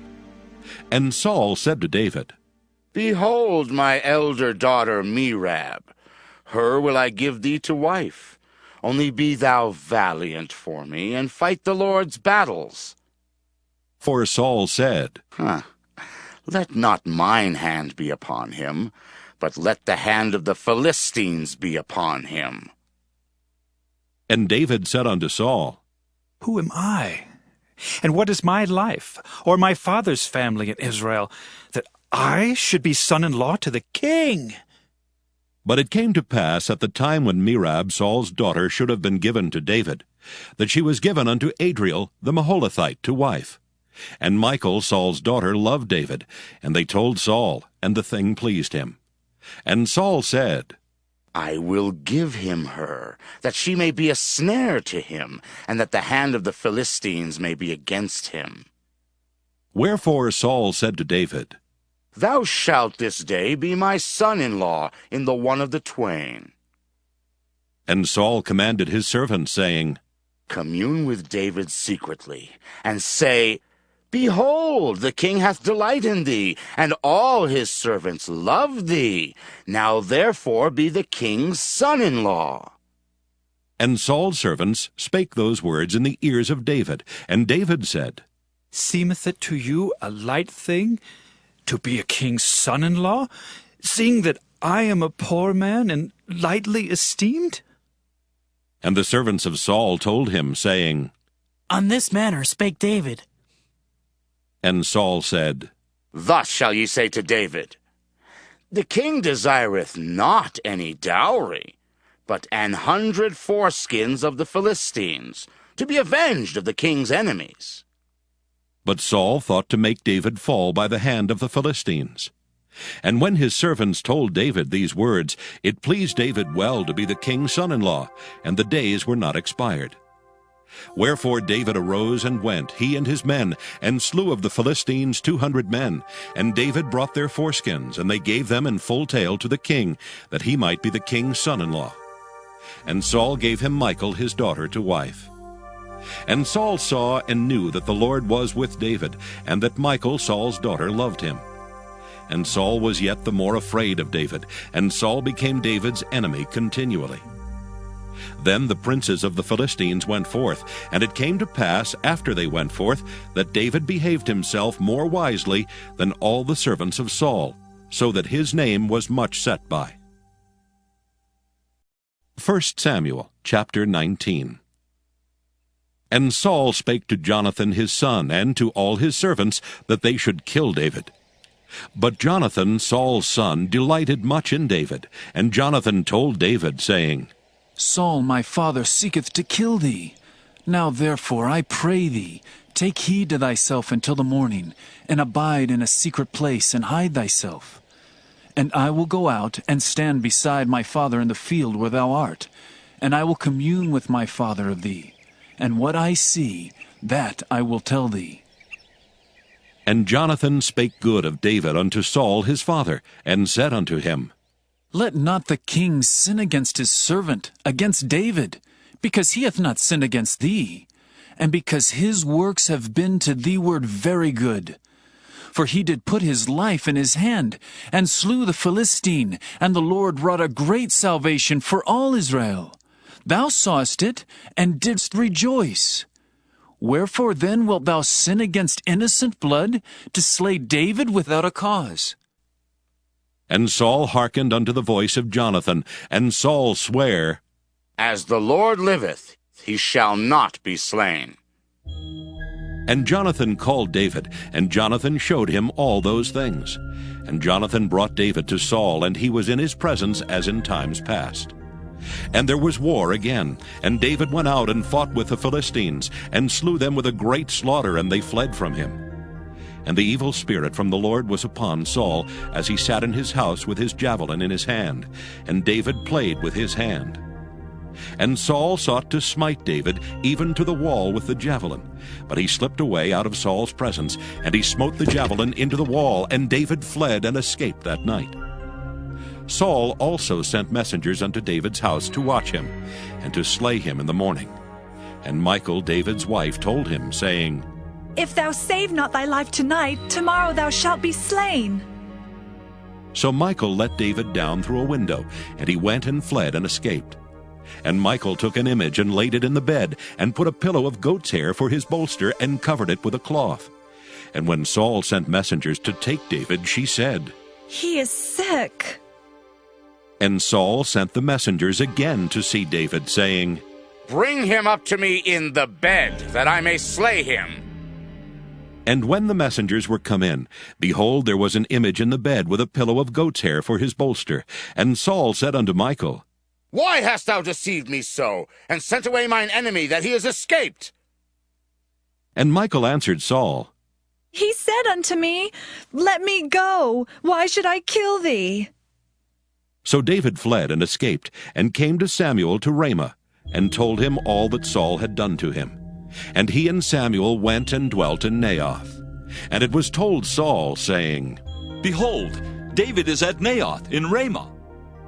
And Saul sent messengers to take David. And when they saw the company of the prophets prophesying, and Samuel standing as appointed over them, the Spirit of God was upon the messengers of Saul, and they also prophesied. And when it was told Saul, he sent other messengers, and they prophesied likewise. And Saul sent messengers again the third time, and they prophesied also. Then went he also to Ramah, and came to a great well that is in Secu. And he asked and said, Where are Samuel and David? And one said, Behold, they be at Naioth and Ramah. And he went thither to Naioth and Ramah, and the Spirit of God was upon him also, and he went on and prophesied until he came to Naioth and Ramah. And he stripped off his clothes also, and prophesied before Samuel in like manner, and lay down naked all that day and all that night. Wherefore they say, Is Saul also among the prophets? 1 Samuel chapter 20. And David fled from Naioth and Ramah, and came and said before Jonathan, What have I done? What is mine iniquity? And what is my sin before thy father, that he seeketh my life? And he said unto him, God forbid, thou shalt not die. Behold, my father will do nothing, either great or small, but that he will show it me. And why should my father hide this thing from me? It is not so. And David sware moreover, and said, Thy father certainly knoweth that I have found grace in thine eyes. And he saith, Let not Jonathan know this, lest he be grieved. But truly as the Lord liveth, and as thy soul liveth, there is but a step between me and death. Then said Jonathan unto David, Whatsoever thy soul desireth, I will even do it for thee. And David said unto Jonathan, Behold, tomorrow is the new moon, and I should not fail to sit with the king at meat. But let me go, that I may hide myself in the field unto the third day at even. If thy father at all miss me, then say, David earnestly asked leave of me that he might run to Bethlehem his city, for there is a yearly sacrifice there for all the family. If he say thus, it is well. Thy servant shall have peace. But if he be very wroth, then be sure that evil is determined by him. Therefore thou shalt deal kindly with thy servant, for thou hast brought thy servant into a covenant of the Lord with thee. Notwithstanding, if there be in me iniquity, slay me thyself, for why shouldest thou bring me to thy father? And Jonathan said, Far be it from thee, for if I knew certainly that evil were determined by my father to come upon thee, then would not I tell it thee? Then said David to Jonathan, Who shall tell me? Or what if thy father answer thee roughly? And Jonathan said unto David, Come, and let us go out into the field. And they went out both of them into the field. And Jonathan said unto David, O Lord God of Israel, when I have sounded my father about tomorrow any time, or the third day, and behold, if there be good toward David, and I then send not unto thee and show it thee, the Lord do so and much more to Jonathan. But if it please my father to do thee evil, then I will show it thee and send thee away, that thou mayest go in peace. And the Lord be with thee, as he hath been with my father. And thou shalt not only while yet I live show me the kindness of the Lord, that I die not, but also thou shalt not cut off thy kindness from my house forever. No, not when the Lord hath cut off the enemies of David, every one from the face of the earth. So Jonathan made a covenant with the house of David, saying, Let the Lord even require it at the hand of David's enemies. And Jonathan caused David to swear again because he loved him, for he loved him as he loved his own soul. Then Jonathan said to David, Tomorrow is the new moon, and thou shalt be missed, because thy seat will be empty. And when thou hast stayed 3 days, then thou shalt go down quickly and come to the place where thou didst hide thyself when the business was in hand, and shalt remain by the stone Ezel. And I will shoot 3 arrows on the side thereof, as though I shot at a mark. And behold, I will send a lad, saying, Go, find out the arrows. If I expressly say unto the lad, Behold, the arrows are on this side of thee, take them. Then come thou, for there is peace to thee, and no hurt, as the Lord liveth. But if I say thus unto the young man, Behold, the arrows are beyond thee, go thy way, for the Lord hath sent thee away.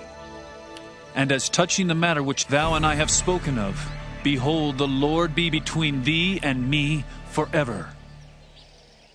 So David hid himself in the field. And when the new moon was come, the king sat him down to eat meat.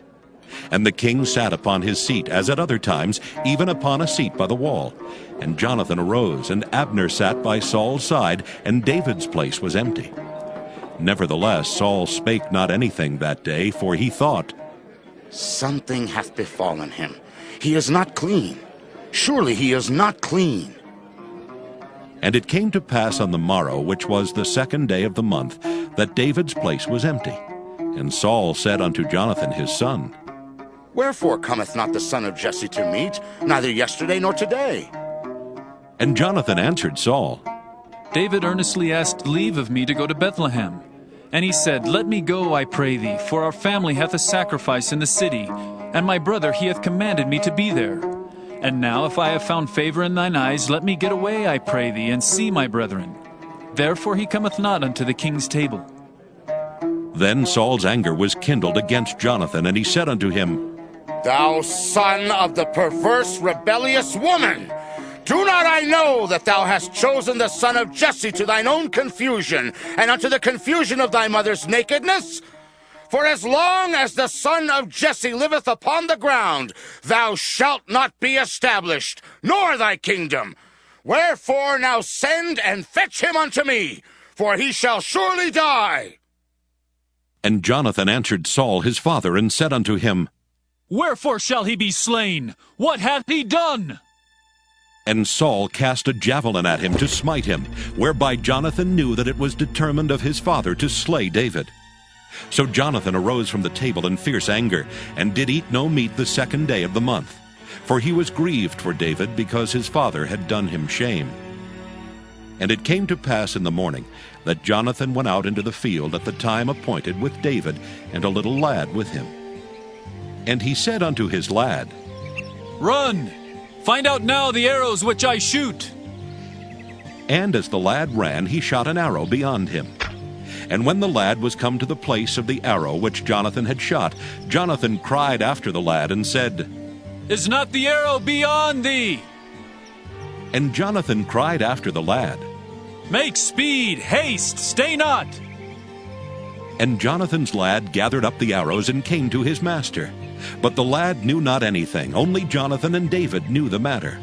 And Jonathan gave his artillery unto his lad, and said unto him, Go, carry them to the city. And as soon as the lad was gone, David arose out of a place toward the south, and fell on his face to the ground, and bowed himself 3 times. And they kissed one another, and wept one with another, until David exceeded. And Jonathan said to David, Go in peace. For as much as we have sworn, both of us, in the name of the Lord, saying, The Lord be between me and thee, and between my seed and thy seed forever. And he arose and departed. And Jonathan went into the city. 1 Samuel chapter 21. Then came David to Nob to Ahimelech the priest. And Ahimelech was afraid at the meeting of David, and said unto him, Why art thou alone, and no men with thee? And David said unto Ahimelech the priest, The king hath commanded me a business, and hath said unto me, Let no man know anything of the business whereabout I send thee, and what I have commanded thee, and I have appointed my servants to such and such a place. Now therefore, what is under thine hand? Give me 5 loaves of bread in mine hand, or what there is present. And the priest answered David, and said, There is no common bread under mine hand, but there is hallowed bread, if the young men have kept themselves at least from women. And David answered the priest, and said unto him, Of a truth, women have been kept from us about these 3 days since I came out, and the vessels of the young men are holy, and the bread is in a manner common, yea, though it were sanctified this day in the vessel. So the priest gave him hallowed bread, for there was no bread there but the showbread that was taken from before the Lord, to put hot bread in the day when it was taken away. Now a certain man of the servants of Saul was there that day, detained before the Lord. And his name was Doeg an Edomite, the chiefest of the herdmen that belonged to Saul. And David said unto Ahimelech, And is there not here under thine hand spear or sword? For I have neither brought my sword nor my weapons with me, because the king's business required haste. And the priest said, The sword of Goliath the Philistine, whom thou slewest in the valley of Elah, behold, it is here wrapped in a cloth behind the ephod. If thou wilt take that, take it, for there is no other save that here. And David said, There is none like that. Give it me. And David arose and fled that day for fear of Saul, and went to Achish the king of Gath. And the servants of Achish said unto him, Is not this David the king of the land? Did they not sing one to another of him in dances, saying, Saul hath slain his thousands, and David his 10,000s? And David laid up these words in his heart, and was sore afraid of Achish the king of Gath. And he changed his behavior before them, and feigned himself mad in their hands, and scrabbled on the doors of the gate, and let his spittle fall down upon his beard. Then said Achish unto his servants, Lo, ye see the man is mad, wherefore then have ye brought him to me? Have I need of madmen, that ye have brought this fellow to play the madman in my presence? Shall this fellow come into my house? 1 Samuel chapter 22. David therefore departed thence, and escaped to the cave Adullam. And when his brethren and all his father's house heard it, they went down thither to him.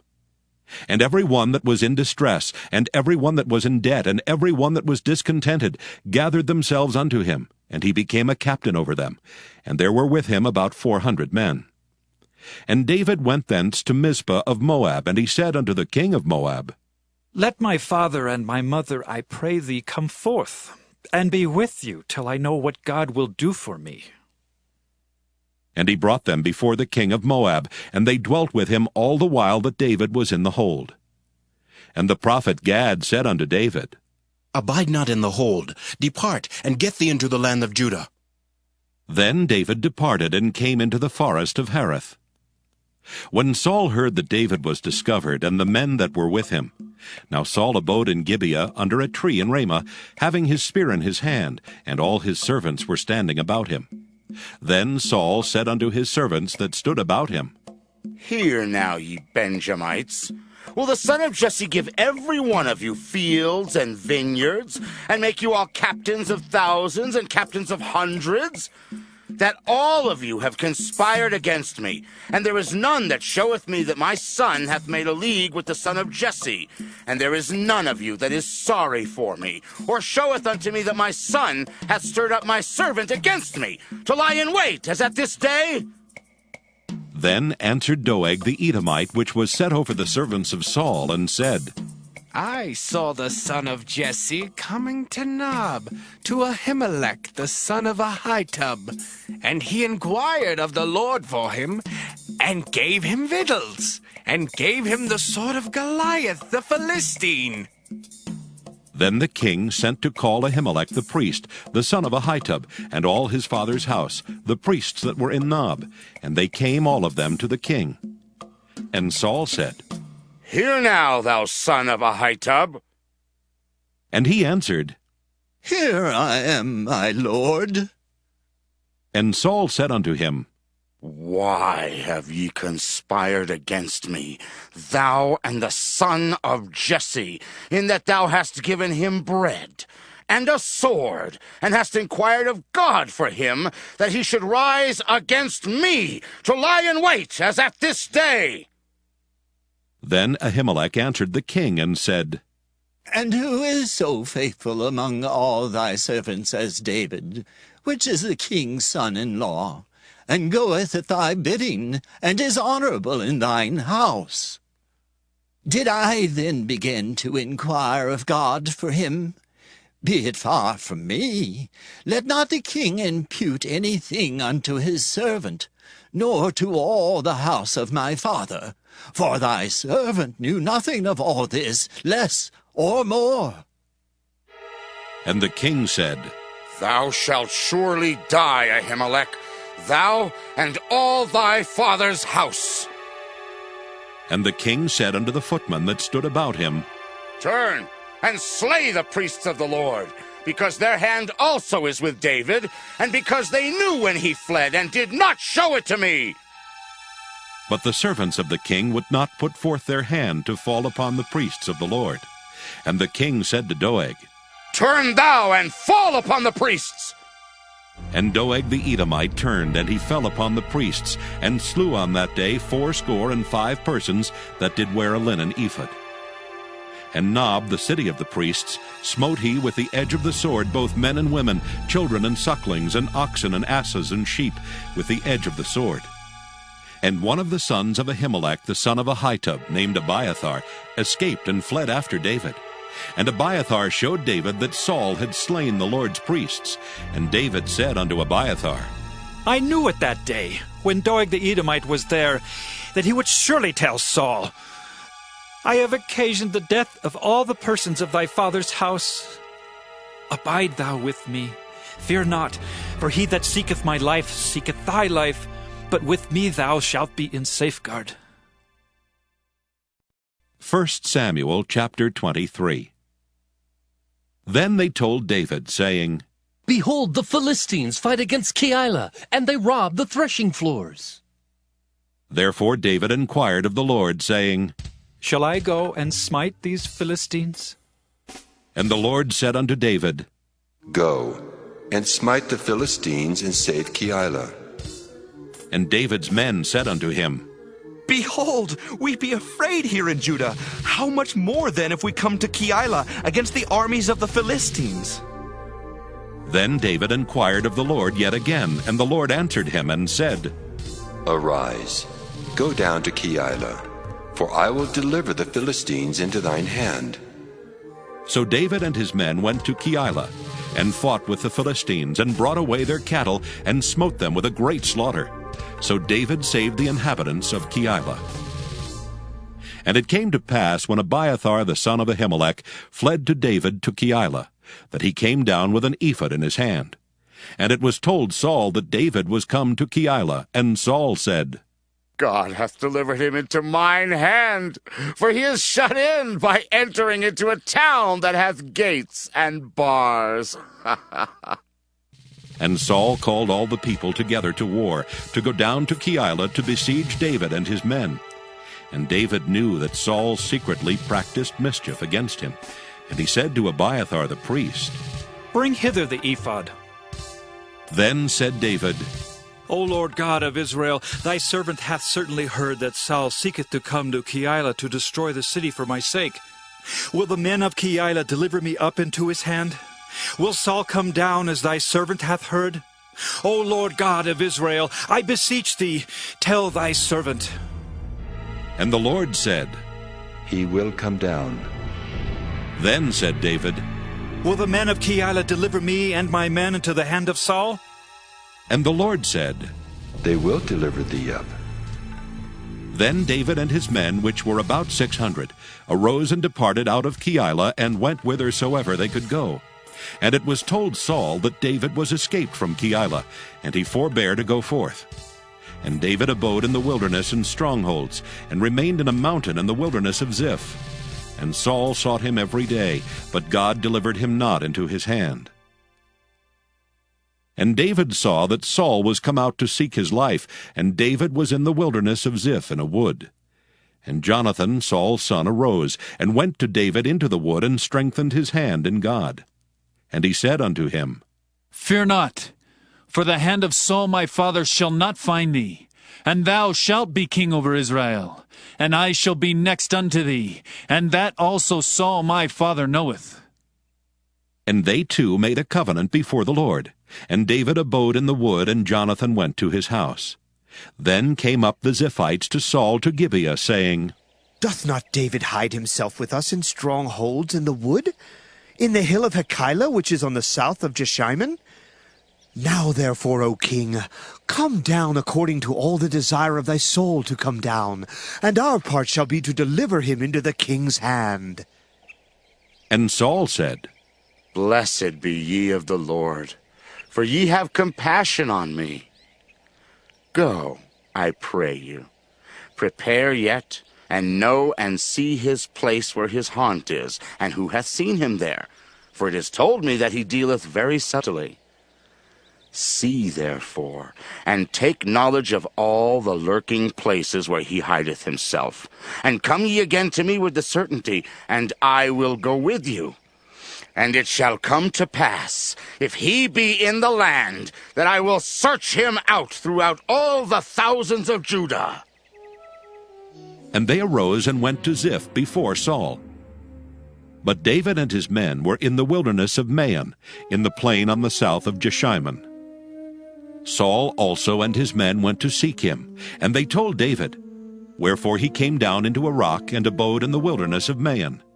And when Saul heard that, he pursued after David in the wilderness of Maon. And Saul went on this side of the mountain, and David and his men on that side of the mountain. And David made haste to get away for fear of Saul.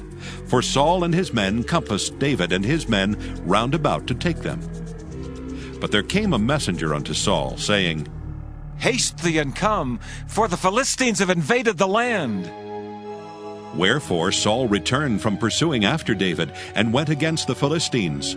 Therefore they called that place Selah Hamalakoth. And David went up from thence, and dwelt in strongholds at En-gedi. 1 Samuel chapter 24. And it came to pass, when Saul was returned from following the Philistines, that it was told him, saying, Behold, David is in the wilderness of En-gedi. Then Saul took 3,000 chosen men out of all Israel, and went to seek David and his men upon the rocks of the wild goats.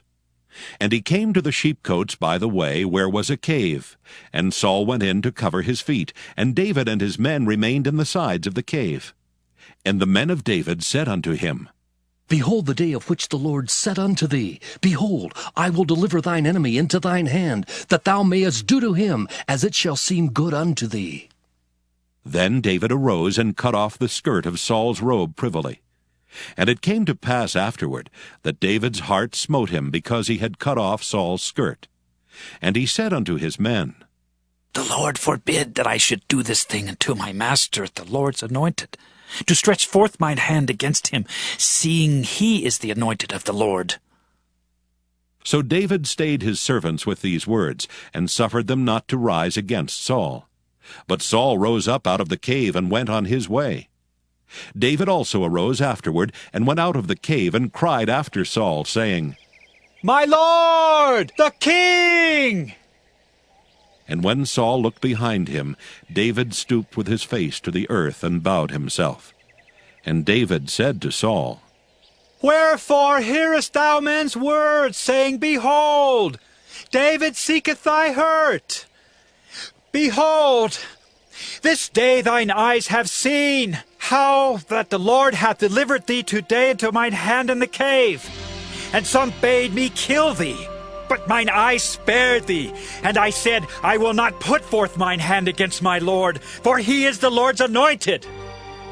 Moreover, my father, see the skirt of thy robe in my hand, for in that I cut off the skirt of thy robe, and killed thee not. Know thou, and see that there is neither evil nor transgression in mine hand, and I have not sinned against thee, yet thou huntest my soul to take it.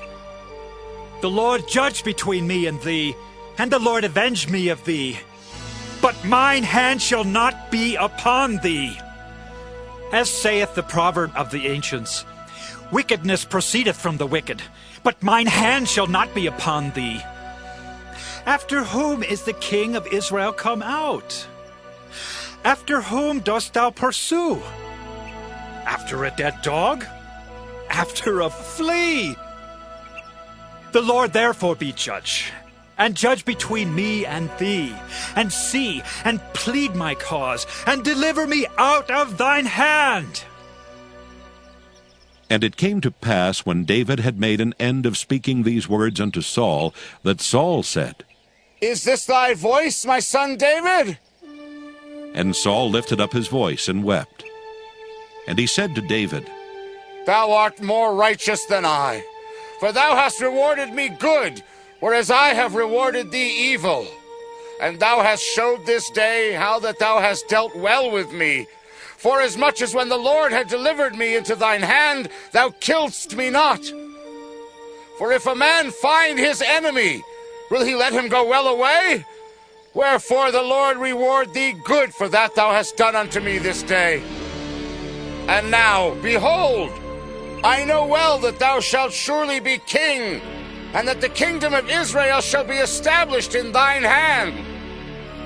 Swear now therefore unto me by the Lord, that thou wilt not cut off my seed after me, and that thou wilt not destroy my name out of my father's house. And David sware unto Saul, and Saul went home, but David and his men gat them up unto the hold. 1 Samuel chapter 25. And Samuel died, and all the Israelites were gathered together, and lamented him, and buried him in his house at Ramah. And David arose and went down to the wilderness of Paran. And there was a man in Maon whose possessions were in Carmel. And the man was very great, and he had 3,000 sheep and 1,000 goats, and he was shearing his sheep in Carmel.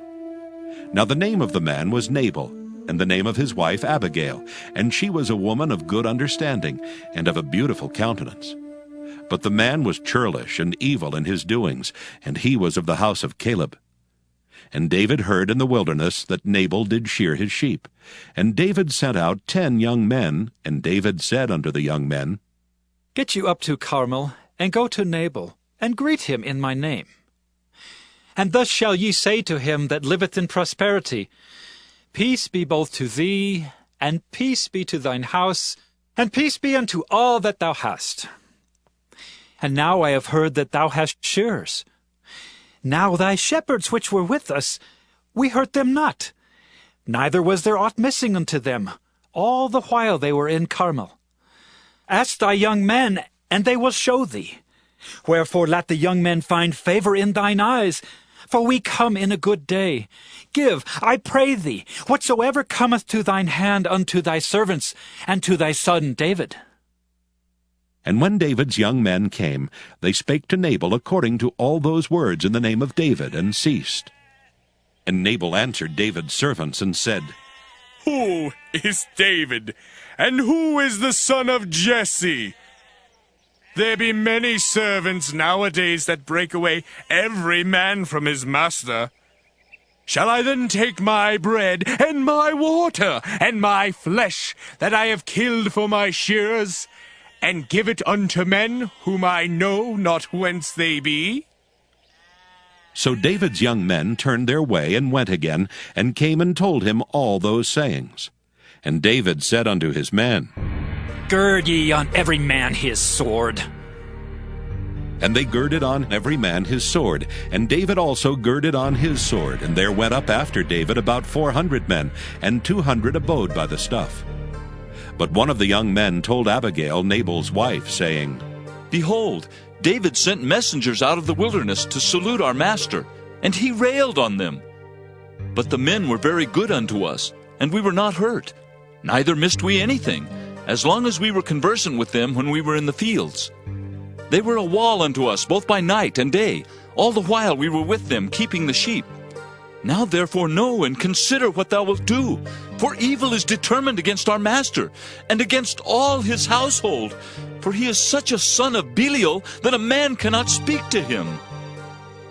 Then Abigail made haste, and took 200 loaves, and 2 bottles of wine, and 5 sheep ready dressed, and 5 measures of parched corn, and 100 clusters of raisins, and 200 cakes of figs, and laid them on asses.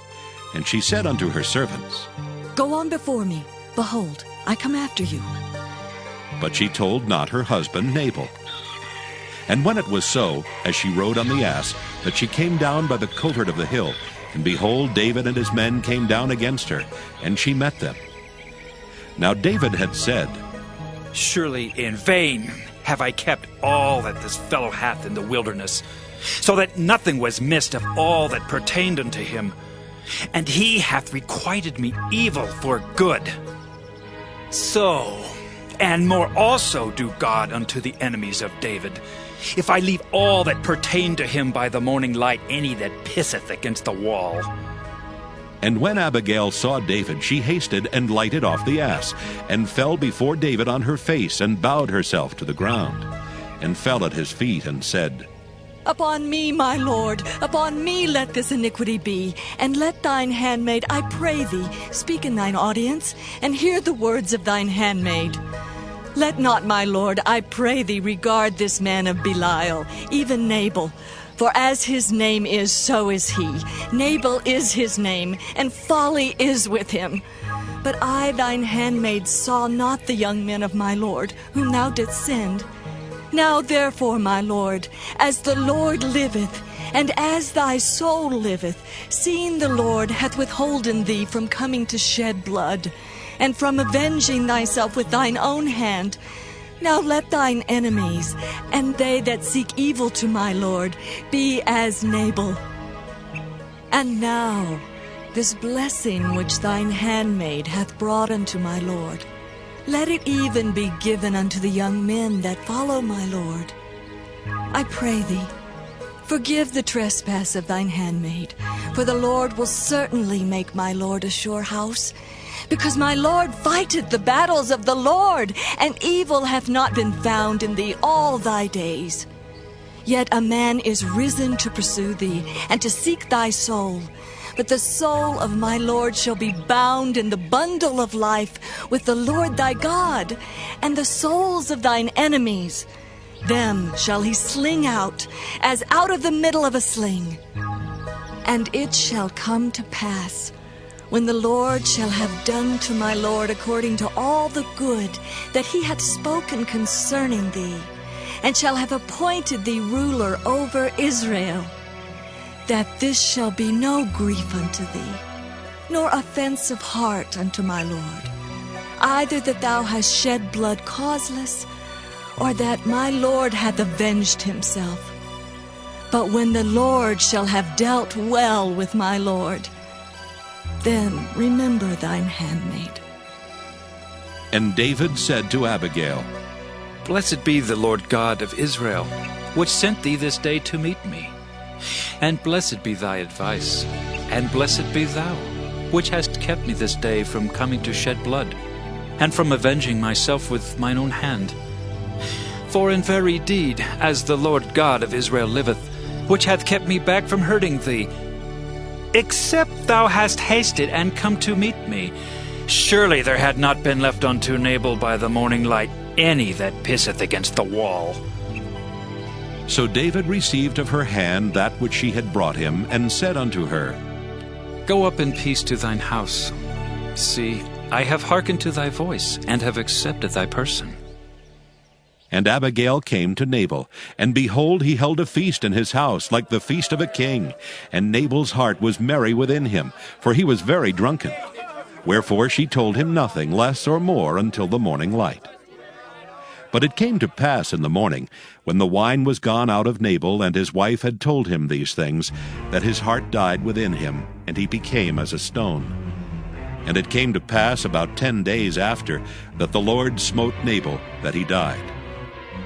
And when David heard that Nabal was dead, he said, Blessed be the Lord, that hath pleaded the cause of my reproach from the hand of Nabal, and hath kept his servant from evil. For the Lord hath returned the wickedness of Nabal upon his own head. And David sent and communed with Abigail to take her to him to wife. And when the servants of David were come to Abigail to Carmel, they spake unto her, saying, David sent us unto thee, to take thee to him to wife. And she arose and bowed herself on her face to the earth, and said, Behold, let thine handmaid be a servant to wash the feet of the servants of my Lord. And Abigail hasted, and arose, and rode upon an ass, with 5 damsels of hers that went after her. And she went after the messengers of David, and became his wife. David also took Ahinoam of Jezreel, and they were also both of them his wives. But Saul had given Michal his daughter, David's wife, to Phalti the son of Laish, which was of Gallim. 1 Samuel chapter 26. And the Ziphites came unto Saul to Gibeah, saying, Doth not David hide himself in the hill of Hachilah, which is before Jeshimon? Then Saul arose and went down to the wilderness of Ziph, having 3,000 chosen men of Israel with him, to seek David in the wilderness of Ziph. And Saul pitched in the hill of Hachilah, which is before Jeshimon by the way. But David abode in the wilderness, and he saw that Saul came after him into the wilderness. David therefore sent out spies, and understood that Saul was come in very deed. And David arose and came to the place where Saul had pitched. And David beheld the place where Saul lay, and Abner the son of Ner the captain of his host. And Saul lay in the trench, and the people pitched round about him. Then answered David, and said to Ahimelech the Hittite, and to Abishai the son of Zeruiah, brother of Joab, saying, Who will go down with me to Saul to the camp? And Abishai said, I will go down with thee. So David and Abishai came to the people by night, and behold, Saul lay sleeping within the trench, and his spear stuck in the ground at his bolster. But Abner and the people lay round about him. Then said Abishai to David, God hath delivered thine enemy into thine hand this day. Now therefore let me smite him, I pray thee, with the spear even to the earth at once, and I will not smite him the second time. And David said to Abishai, Destroy him not. For who can stretch forth his hand against the Lord's anointed and be guiltless? David said furthermore, As the Lord liveth, the Lord shall smite him, or his day shall come to die, or he shall descend into battle and perish. The Lord forbid that I should stretch forth mine hand against the Lord's anointed. But I pray thee, take thou now the spear that is at his bolster, and the cruse of water, and let us go.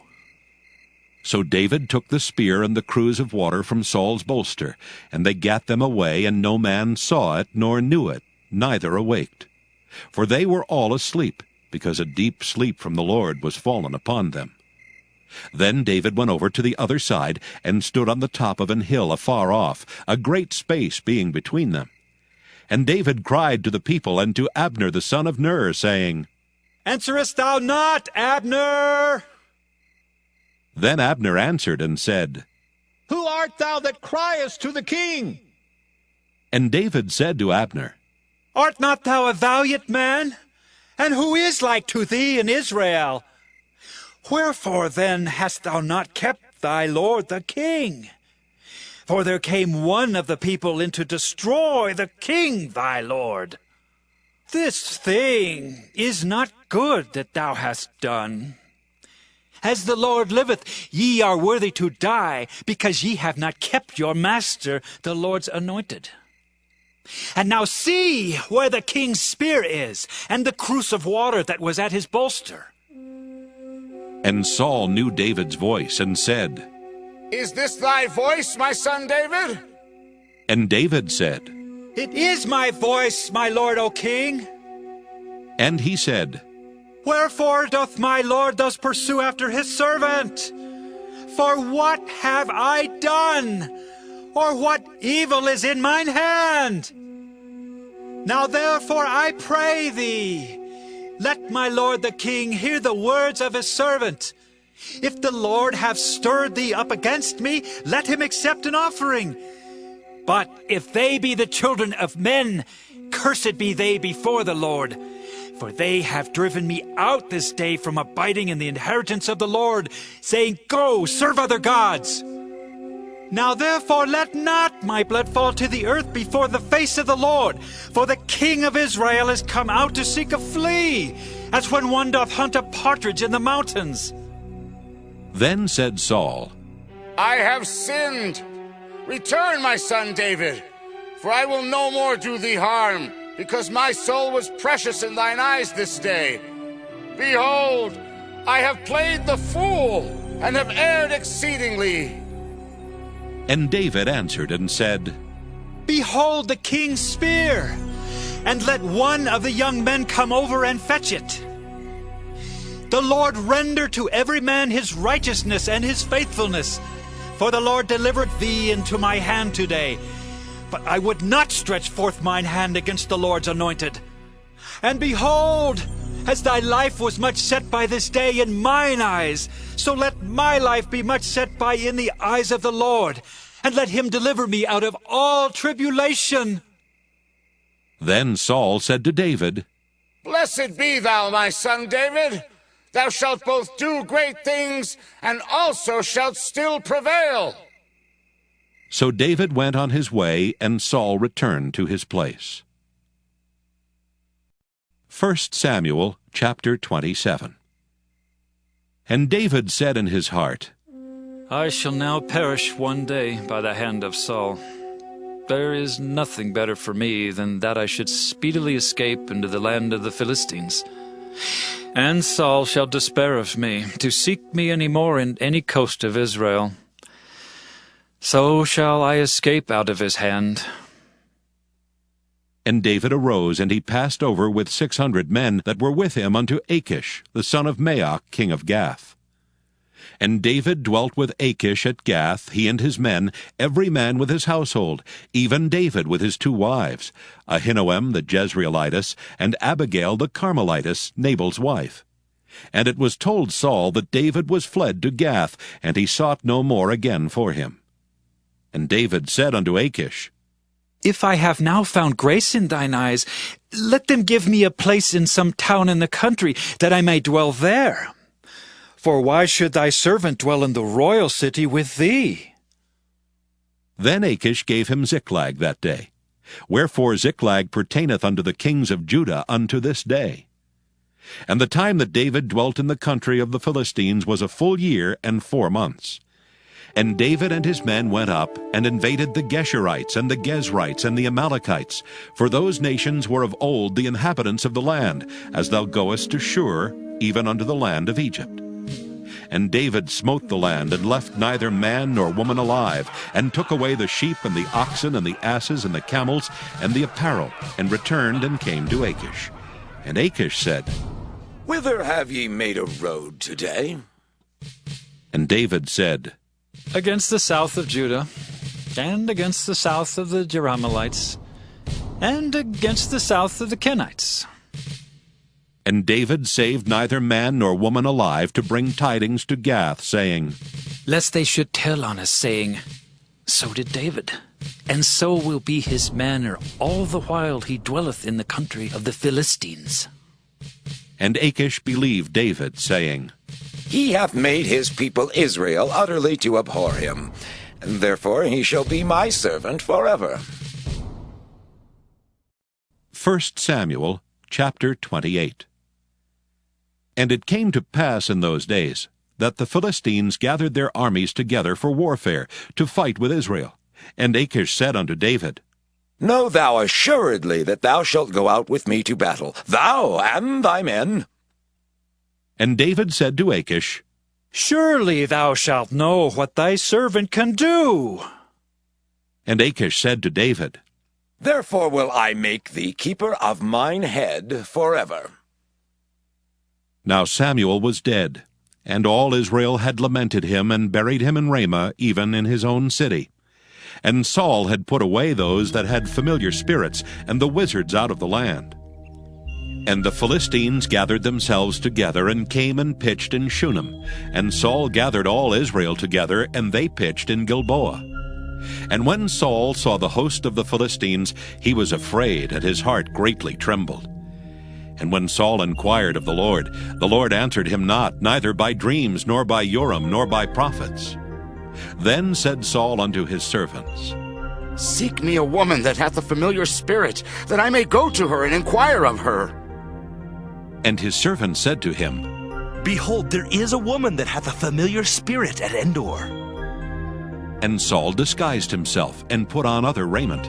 And he went, and 2 men with him, and they came to the woman by night. And he said, I pray thee, divine unto me by the familiar spirit, and bring me him up whom I shall name unto thee. And the woman said unto him, Behold, thou knowest what Saul hath done, how he hath cut off those that have familiar spirits, and the wizards out of the land.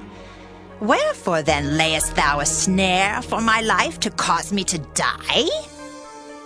And Saul sware to her by the Lord, saying, As the Lord liveth, there shall no punishment happen to thee for this thing. Then said the woman, Whom shall I bring up unto thee? And he said, Bring me up Samuel. And when the woman saw Samuel, she cried with a loud voice. And the woman spake to Saul, saying, Why hast thou deceived me? For thou art Saul. And the king said unto her, Be not afraid, for what sawest thou? And the woman said unto Saul, I saw gods ascending out of the earth. And he said unto her, What form is he of? And she said, An old man cometh up, and he is covered with a mantle. And Saul perceived that it was Samuel, and he stooped with his face to the ground and bowed himself. And Samuel said to Saul, Why hast thou disquieted me to bring me up? And Saul answered, I am sore distressed, for the Philistines make war against me, and God is departed from me, and answereth me no more, neither by prophets nor by dreams. Therefore I have called thee, that thou mayest make known unto me what I shall do. Then said Samuel, Wherefore then dost thou ask of me, seeing the Lord is departed from thee, and is become thine enemy? and the Lord hath done to him as he spake by me.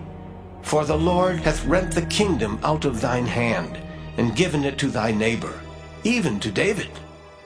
Because thou obeyedst not the voice of the Lord, nor executedst his fierce wrath upon Amalek, therefore hath the Lord done this thing unto thee this day. Moreover, the Lord will also deliver Israel with thee into the hand of the Philistines. And tomorrow shalt thou and thy sons be with me. The Lord also shall deliver the host of Israel into the hand of the Philistines. Then Saul fell straightway all along on the earth, and was sore afraid because of the words of Samuel.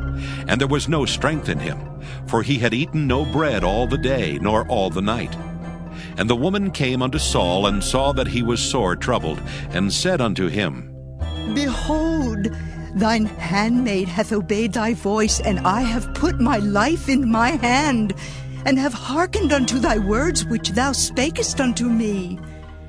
Now therefore, I pray thee, hearken thou also unto the voice of thine handmaid, and let me set a morsel of bread before thee, and eat, that thou mayest have strength when thou goest on thy way.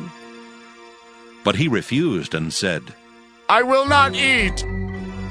But his servants together with the woman compelled him, and he hearkened unto their voice. So he arose from the earth, and sat upon the bed. And the woman had a fat calf in the house, and she hasted and killed it, and took flour and kneaded it, and did bake unleavened bread thereof. And she brought it before Saul and before his servants, and they did eat. Then they rose up, and went away that night. 1 Samuel chapter 29. Now the Philistines gathered together all their armies to Aphek, and the Israelites pitched by a fountain which is in Jezreel. And the lords of the Philistines passed on by hundreds and by thousands, but David and his men passed on in the rearward with Achish. Then said the princes of the Philistines, What do these Hebrews here? And Achish said unto the princes of the Philistines, Is not this David the servant of Saul, the king of Israel, which hath been with me these days or these years? And I have found no fault in him since he fell unto me, unto this day.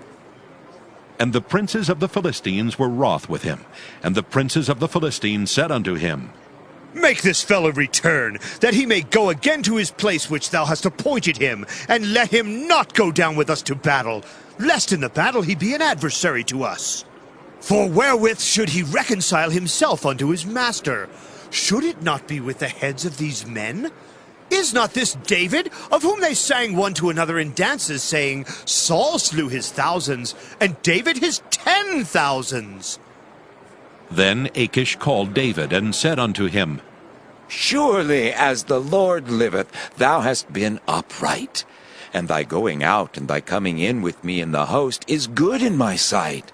For I have not found evil in thee since the day of thy coming unto me unto this day.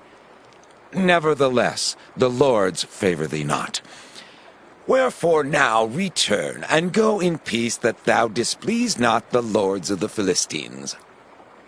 And David said unto Achish, But what have I done? And what hast thou found in thy servant, so long as I have been with thee unto this day, that I may not go fight against the enemies of my lord the king? And Achish answered and said to David, I know that thou art good in my sight as an angel of God. Notwithstanding, the princes of the Philistines have said, He shall not go up with us to the battle. Wherefore now rise up early in the morning with thy master's servants that are come with thee, and as soon as ye be up early in the morning and have light, depart. So David and his men rose up early to depart in the morning, to return into the land of the Philistines. And the Philistines went up to Jezreel. 1 Samuel chapter 30. And it came to pass, when David and his men were come to Ziklag on the third day, that the Amalekites had invaded the south, and Ziklag, and smitten Ziklag, and burned it with fire, and had taken the women captives that were therein. They slew not any, either great or small, but carried them away and went on their way. So David and his men came to the city, and behold, it was burned with fire, and their wives and their sons and their daughters were taken captives. Then David and the people that were with him lifted up their voice and wept, until they had no more power to weep.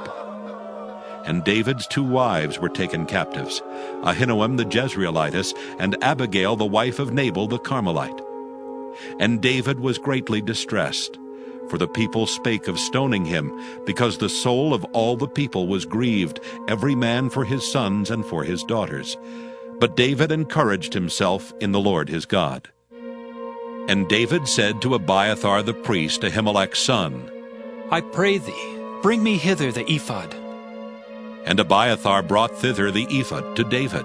And David inquired at the Lord, saying, Shall I pursue after this troop? Shall I overtake them? And he answered him, Pursue, for thou shalt surely overtake them, and without fail recover all. So David went, he and the 600 men that were with him, and came to the brook Besor, where those that were left behind stayed. But David pursued, he and 400 men, for 200 abode behind, which were so faint that they could not go over the brook Besor. And they found an Egyptian in the field, and brought him to David, and gave him bread, and he did eat. And they made him drink water. And they gave him a piece of a cake of figs, and 2 clusters of raisins. And when he had eaten, his spirit came again to him, for he had eaten no bread, nor drunk any water 3 days and 3 nights. And David said unto him, To whom belongest thou? And whence art thou? And he said, I am a young man of Egypt, servant to an Amalekite, and my master left me, because 3 days agone I fell sick. We made an invasion upon the south of the Kerethites, and upon the coast which belongeth to Judah, and upon the south of Caleb, and we burned Ziklag with fire. And David said to him, Canst thou bring me down to this company? And he said, Swear unto me by God, that thou wilt neither kill me, nor deliver me into the hands of my master, and I will bring thee down to this company. And when he had brought him down, behold, they were spread abroad upon all the earth, eating and drinking and dancing, because of all the great spoil that they had taken out of the land of the Philistines and out of the land of Judah. And David smote them from the twilight even unto the evening of the next day, and there escaped not a man of them, save 400 young men, which rode upon camels and fled. And David recovered all that the Amalekites had carried away, and David rescued his 2 wives. And there was nothing lacking to them, neither small nor great, neither sons nor daughters, neither spoil, nor anything that they had taken to them. David recovered all. And David took all the flocks and the herds which they drave before those other cattle, and said, This is David's spoil. And David came to the 200 men which were so faint that they could not follow David, whom they had made also to abide at the brook Besor. And they went forth to meet David, and to meet the people that were with him. And when David came near to the people, he saluted them. Then answered all the wicked men and men of Belial of those that went with David, and said, Because they went not with us, we will not give them aught of the spoil that we have recovered, save to every man his wife and his children, that they may lead them away and depart. Then David said, Ye shall not do so, my brethren, with that which the Lord hath given us. Who hath preserved us, and delivered the company that came against us into our hand? For who will hearken unto you in this matter? But as his part is that goeth down to the battle, so shall his part be that tarrieth by the stuff. They shall part alike. And it was so from that day forward, that he made it a statute and an ordinance for Israel unto this day. And when David came to Ziklag, he sent of the spoil unto the elders of Judah, even to his friends, saying, Behold, a present for you, of the spoil of the enemies of the Lord. To them which were in Bethel, and to them which were in South Ramoth, and to them which were in Jattir, and to them which were in Aroer, and to them which were in Siphmoth, and to them which were in Eshtemoa, and to them which were in Rachel, and to them which were in the cities of the Jerahmeelites, and to them which were in the cities of the Kenites, and to them which were in Hormah, and to them which were in Korashan, and to them which were in Athak, and to them which were in Hebron, and to all the places where David himself and his men were wont to haunt. 1 Samuel chapter 31. Now the Philistines fought against Israel. And the men of Israel fled from before the Philistines, and fell down slain in Mount Gilboa. And the Philistines followed hard upon Saul and upon his sons. And the Philistines slew Jonathan, and Abinadab, and Melchishua, Saul's sons. And the battle went sore against Saul, and the archers hit him, and he was sore wounded of the archers. Then said Saul unto his armor-bearer, Draw thy sword, and thrust me through therewith, lest these uncircumcised come and thrust me through, and abuse me. But his armor-bearer would not, for he was sore afraid. Therefore Saul took a sword and fell upon it. And when his armor-bearer saw that Saul was dead, he fell likewise upon his sword and died with him. So Saul died, and his 3 sons, and his armor-bearer, and all his men that same day together. And when the men of Israel that were on the other side of the valley, and they that were on the other side of Jordan, saw that the men of Israel fled, and that Saul and his sons were dead, they forsook the cities and fled, and the Philistines came and dwelt in them. And it came to pass on the morrow, when the Philistines came to strip the slain, that they found Saul and his 3 sons fallen in Mount Gilboa. And they cut off his head, and stripped off his armor, and sent into the land of the Philistines round about, to publish it in the house of their idols and among the people. And they put his armor in the house of Ashtaroth, and they fastened his body to the wall of Bethshan. And when the inhabitants of Jabesh-Gilead heard of that which the Philistines had done to Saul, all the valiant men arose, and went all night, and took the body of Saul and the bodies of his sons from the wall of Bethshan, and came to Jabesh, and burnt them there. And they took their bones, and buried them under a tree at Jabesh, and fasted 7 days.